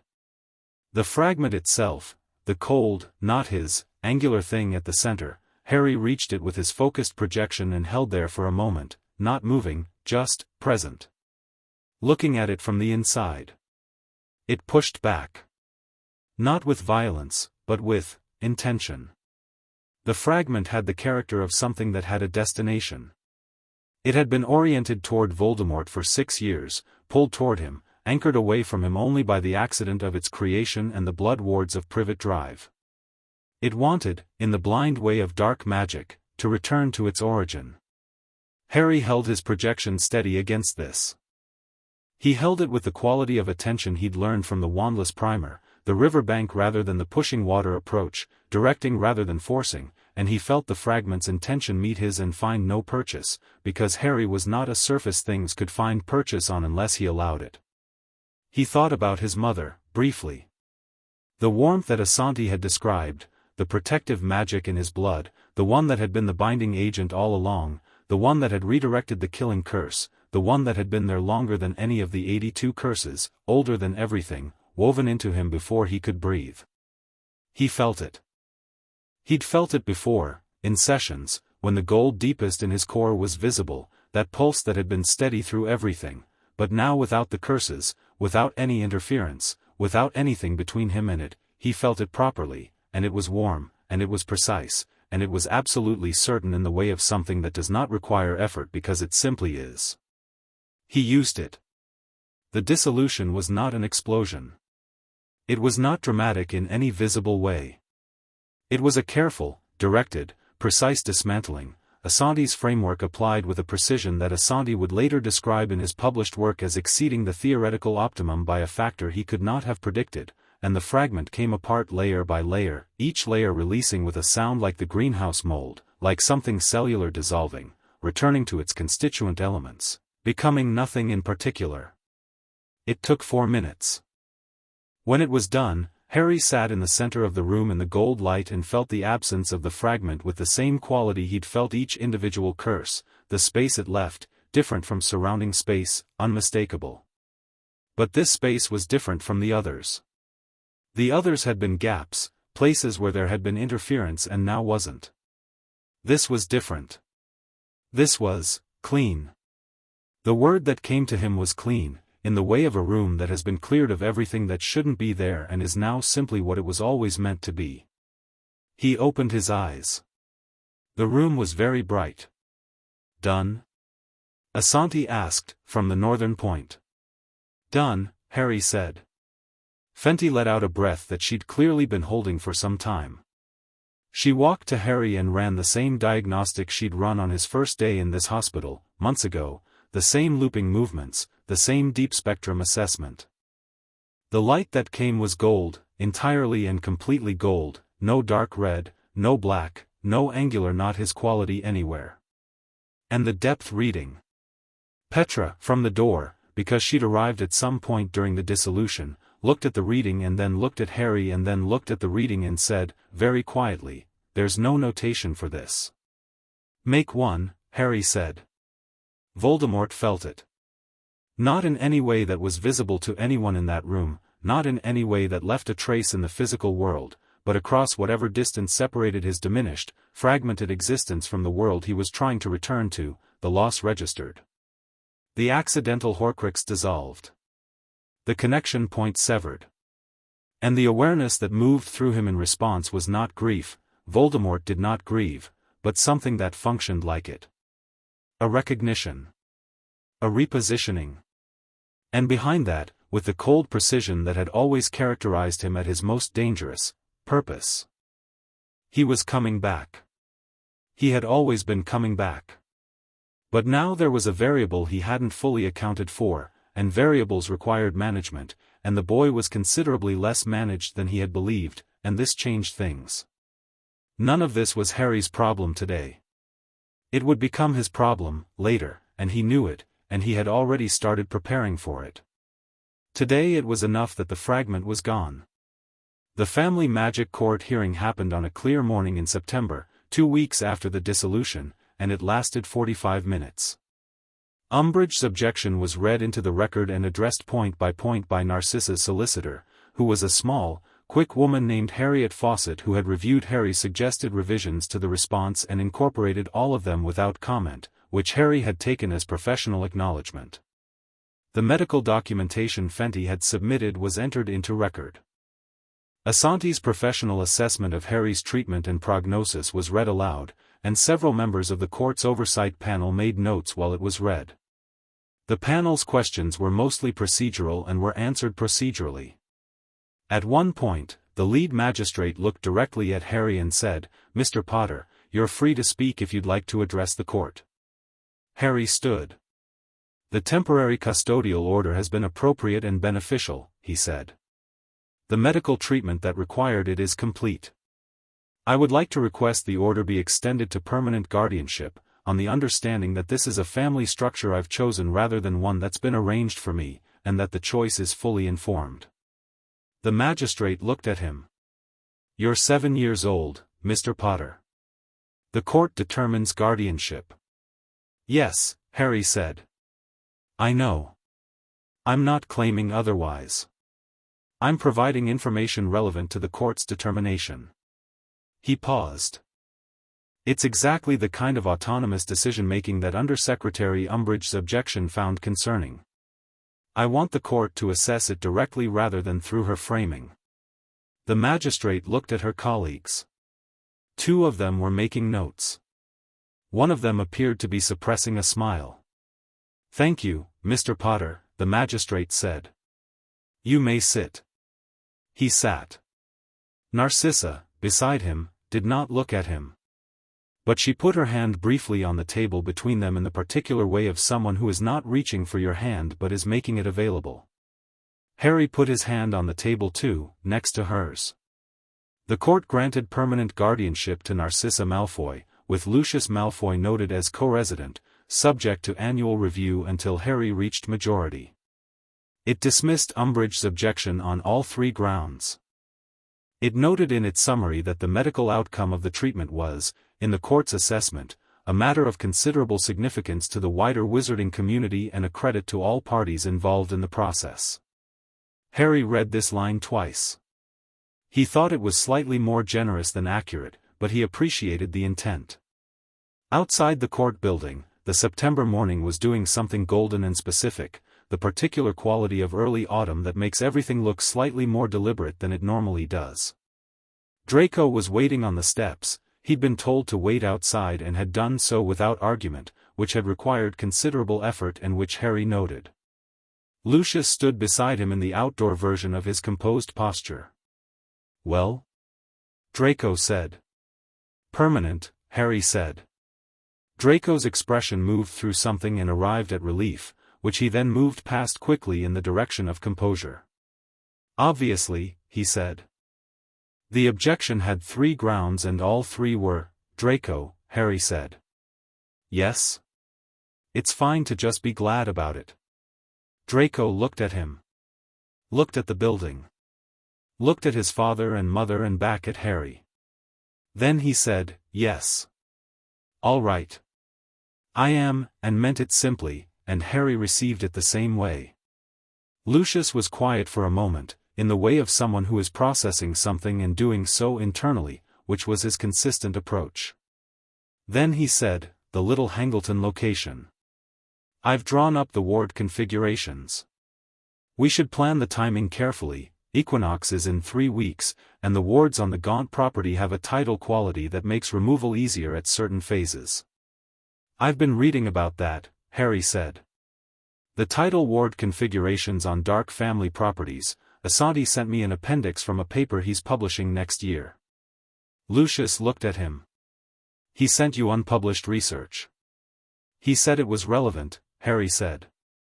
"It is relevant," Lucius said, with the expression of someone having a small, private argument with their own assumptions about what 7-year-olds receive access to. "It is also extremely relevant. I would like to read it." "I made you a copy," Harry said, and produced a rolled parchment from his jacket, which he offered to Lucius with the same lack of ceremony that Lucius used to leave annotated pages on desks. Lucius took it. He looked at it. Then he said, "Thank you," in the clipped way that was actually the highest denomination of warmth he routinely issued, and tucked it into his robe. They walked down the steps and into the September morning, Narcissa and Lucius ahead, Harry and Draco behind, and they walked the way the Manor household had developed a habit of walking together, which was without particular formation or assigned positions, just, together, in the specific way of people who have been through something and come out of it still in proximity and have decided, consciously or not, to keep the proximity. "The Gaunt property," Draco said, low enough for just Harry to hear. "I've been looking at the ward literature." "The tidal configurations?" "Yes. And there's a secondary ward layer that Asante's appendix doesn't address. I found it in one of Father's older texts. It's a heritage ward, tied to the Gaunt bloodline. It's going to require bloodline countercasting." Harry looked at him. "You found that yourself?" "I've been reading mycology and ward theory for 2 months, Draco said, with dignified precision. "I might as well be useful." Harry considered. "The bloodline countercasting, does that require a specific lineage or just sufficient power to override the anchoring?" "The literature says specific lineage, but I think that's an outdated interpretation," Draco said. "The mechanism is bloodline magic discrimination, which responds to magical signature depth, not actual family connection. A sufficiently powerful signature from any lineage should be able to override it." He paused. "I think." "You think," Harry said. "I'm 9, Draco said. "It's provisional." "Put it in the file," Harry said. "I'll cross-reference it with Asante's work and see if the mechanism holds." "I already wrote it up," Draco said. "It's on your desk." Harry looked at him. "Where did you learn to do that?"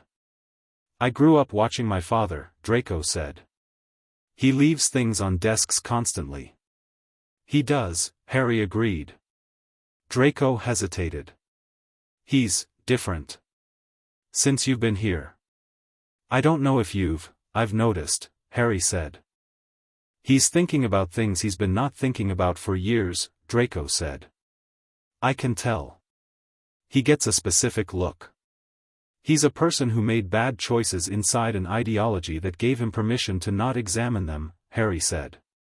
When you remove the permission by demonstrating the ideology has specific costs, and when you make it genuinely convenient to examine the choices instead, some people will examine them. He paused. He's intelligent. Intelligent people, given real information and real time, usually revise. Not always, Draco said. Not always, Harry agreed. But your father is revising. I can tell. Draco was quiet for a moment, walking. He told me this morning that the world is going to be different, he said. He didn't specify what he meant. It wasn't negative, the way he said it. Just different. Harry thought about the fragment dissolved. The Horcrux list. Little Hangleton in 3 weeks. The 5 remaining Horcruxes that needed to be found and destroyed in a sequence that was already planned in the file on his desk. The prophecy in its glass vial. The Voldemort who had felt the dissolution and was repositioning. Sirius Black in Azkaban, innocent or not, he was increasingly certain not, and a trial that would need to be forced through a ministry that preferred not to revisit its decisions. He thought about Hogwarts. In September next year, a wand of his own. He'd been to Ollivanders twice now, tentatively, and the wandmaker had been considerably more excited than Harry had been comfortable with, and lessons, and the whole ordinary extraordinary structure of learning magic in the place that had been built for it. He thought about Lupin, who came on Sundays now and had been telling Harry stories about James and Lily for 2 months, each one more specific than the last, each one adding another stroke to a picture that was still incomplete but was filling in. He thought about Sirius, who he'd never met, who existed as a name in a record and a conviction in Azkaban and an absence in a set of stories that Lupin kept unconsciously talking around. He thought about Narcissa in Diagon Alley, crossing the street. Your father is right, Harry said. The world is going to be different. Is that because of you? Draco asked. The question was genuine, not reverential. Draco's questions were always genuine. It was one of the things Harry trusted about him. Harry considered it. Partly, he said. Partly it was already going to be different, and I'm just in the right position to make sure the difference goes in a direction that's actually better rather than just different. He looked ahead at Narcissa and Lucius walking in the September morning. And partly because of the people who decided to be around me when they didn't have to be. Draco didn't say anything to this. He just walked. After a moment, the Horcrux retrieval schedule. The Gaunt property first, then the locket, assuming we find the locket at Grimmauld Place, Harry said. It may have moved. We need intelligence on where it is currently. I've been thinking about that, Draco said. The Black family house, Sirius Black's family house. If it's the Order of the Phoenix's eventual base, as Dumbledore suggested, there's an elf, Harry said. Creature. Sirius mentioned him in the last letter Lupin found in his parents' things. Creature is loyal to the house, not the family, which means he's still there. He'll know where the locket is. Draco looked at him. How did you find out about Creature? Lupin's been going through James and Lily's correspondence for the past month, Harry said. He brings me relevant pieces. Does he know he's doing research for you? He knows he's helping, Harry said. He finds it, I think he finds it useful. Having something specific to do. He paused. He's been alone for 6 years. He needs somewhere to put the care. Draco was quiet again. Then, you do that, he said. Figure out what people need. I notice things, Harry said. It's more than noticing, Draco said. You do something with the noticing. You arrange things so people end up in better positions. Harry thought about this. I try to, he said. Because the world as it's currently arranged has some significant problems that mostly come from people being in worse positions than they should be, and some of those positions are improvable with the right information and the right nudge. He paused. And because I was in a bad position once, and it turns out one person crossing a street makes a material difference. Draco nodded slowly. He looked at his mother's back, ahead of them in the morning light. One person crossing a street, he said. Yes, Harry said. They walked the rest of the way to the apparition point in comfortable quiet, the particular quiet of two people who have found a register for existing in the same space that requires no maintenance, just occupancy. Around them, London went about its business in the ordinary extraordinary way of a city that doesn't know what's moving through it, and overhead the September sky was clear in every direction, and the day was very full of what was going to happen next. Harry thought about the Gaunt property in 3 weeks. He thought about the locket and the cup and the ring and the snake and whatever the unknown fifth Horcrux was. He had a theory, had had one for 2 weeks, and was waiting for one more piece of evidence before he stated it.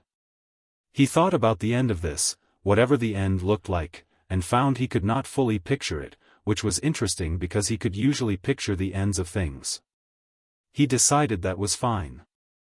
He had the information he needed for the next step. The next step was Little Hangleton, and the step after that was what it was, and he would be prepared for it when he reached it because he was always prepared, because preparation was the thing he'd been doing since he was old enough to understand that things were happening to him and he could either understand them or not. He was not afraid of the end he couldn't picture. He was, for the first time in his life, curious about it. Narcissa stopped at the apparition point and turned back to wait for them, her pale grey robes catching the light, her expression having the quality it sometimes got, the healer's eye, the one she couldn't turn off, taking in Harry and Draco walking toward her in the September morning, and whatever it found there making something in her go still and certain in the way of a thing confirmed. She had crossed a street in Diagon Alley 2 months ago and the world was different now. She was not sorry. She held out her hand when Harry reached her, not requiring him to take it. She never required things, just making it available. He took it. They apparat home. Somewhere in the English countryside, in a body that was not yet his and a state that was less than a ghost, Voldemort repositioned. He was patient. He had always been patient, in the way of something that believes absolutely in its own return. He calculated. He planned. He considered the variable of the boy and what the boy had become, and he felt, for the first time, something that was not quite fear but had its edges. He was coming back. But the boy was ready, and had been ready for some time, and the world the boy was building around himself, the people, the knowledge, the preparations, was not the world Voldemort had expected to return to. This would require more care. He began. In Azkaban, in a cell that had never been warm, Sirius Black sat in the dark with 12 years of Dementor proximity and the thing that had kept him sane, which was knowing he was innocent, and a new thing that had arrived in the past weeks and that he couldn't explain, a shift in the magical atmosphere of the world, something that had changed, something that had been resolved, and a feeling that pressed against his chest in the dark not like grief for once but like the beginning of something. He didn't know what it was. He was beginning to think someone was looking. Harry sat in his room at Malfoy Manor that night with the file open on his desk, the Horcrux retrieval schedule, Draco's notes on the Gaunt property wards, Asante's appendix, the bloodline countercasting theory, and added to it, methodically, for an hour. Then he closed it. He looked at the window, at the dark grounds, at the fountain silent now in the night. He thought about 83 curses and what was left when they were gone. He thought about the golden pulse that had been at the center of all of it, steady, undiminished, waiting for exactly this, not waiting patiently, it didn't have patience, it simply was, the way mountains simply are. He thought, I am 7 years old, and I have been in this world for approximately 2 months, properly, without something pressing on me from every side, and I am only just beginning. He looked at his hand in the dark. No shimmer, no focused point, no gold light. Just his hand, ordinary and specific, belonging entirely and completely to him. Then he picked up his quill, opened a new piece of parchment, and began to write a letter to Dumbledore about the Gaunt property's equinox window, because the next step was in 3 weeks and there was work to do, and he had never been the kind of person who waited when there was work to do. Outside, the night was enormous and entirely possible. He kept writing.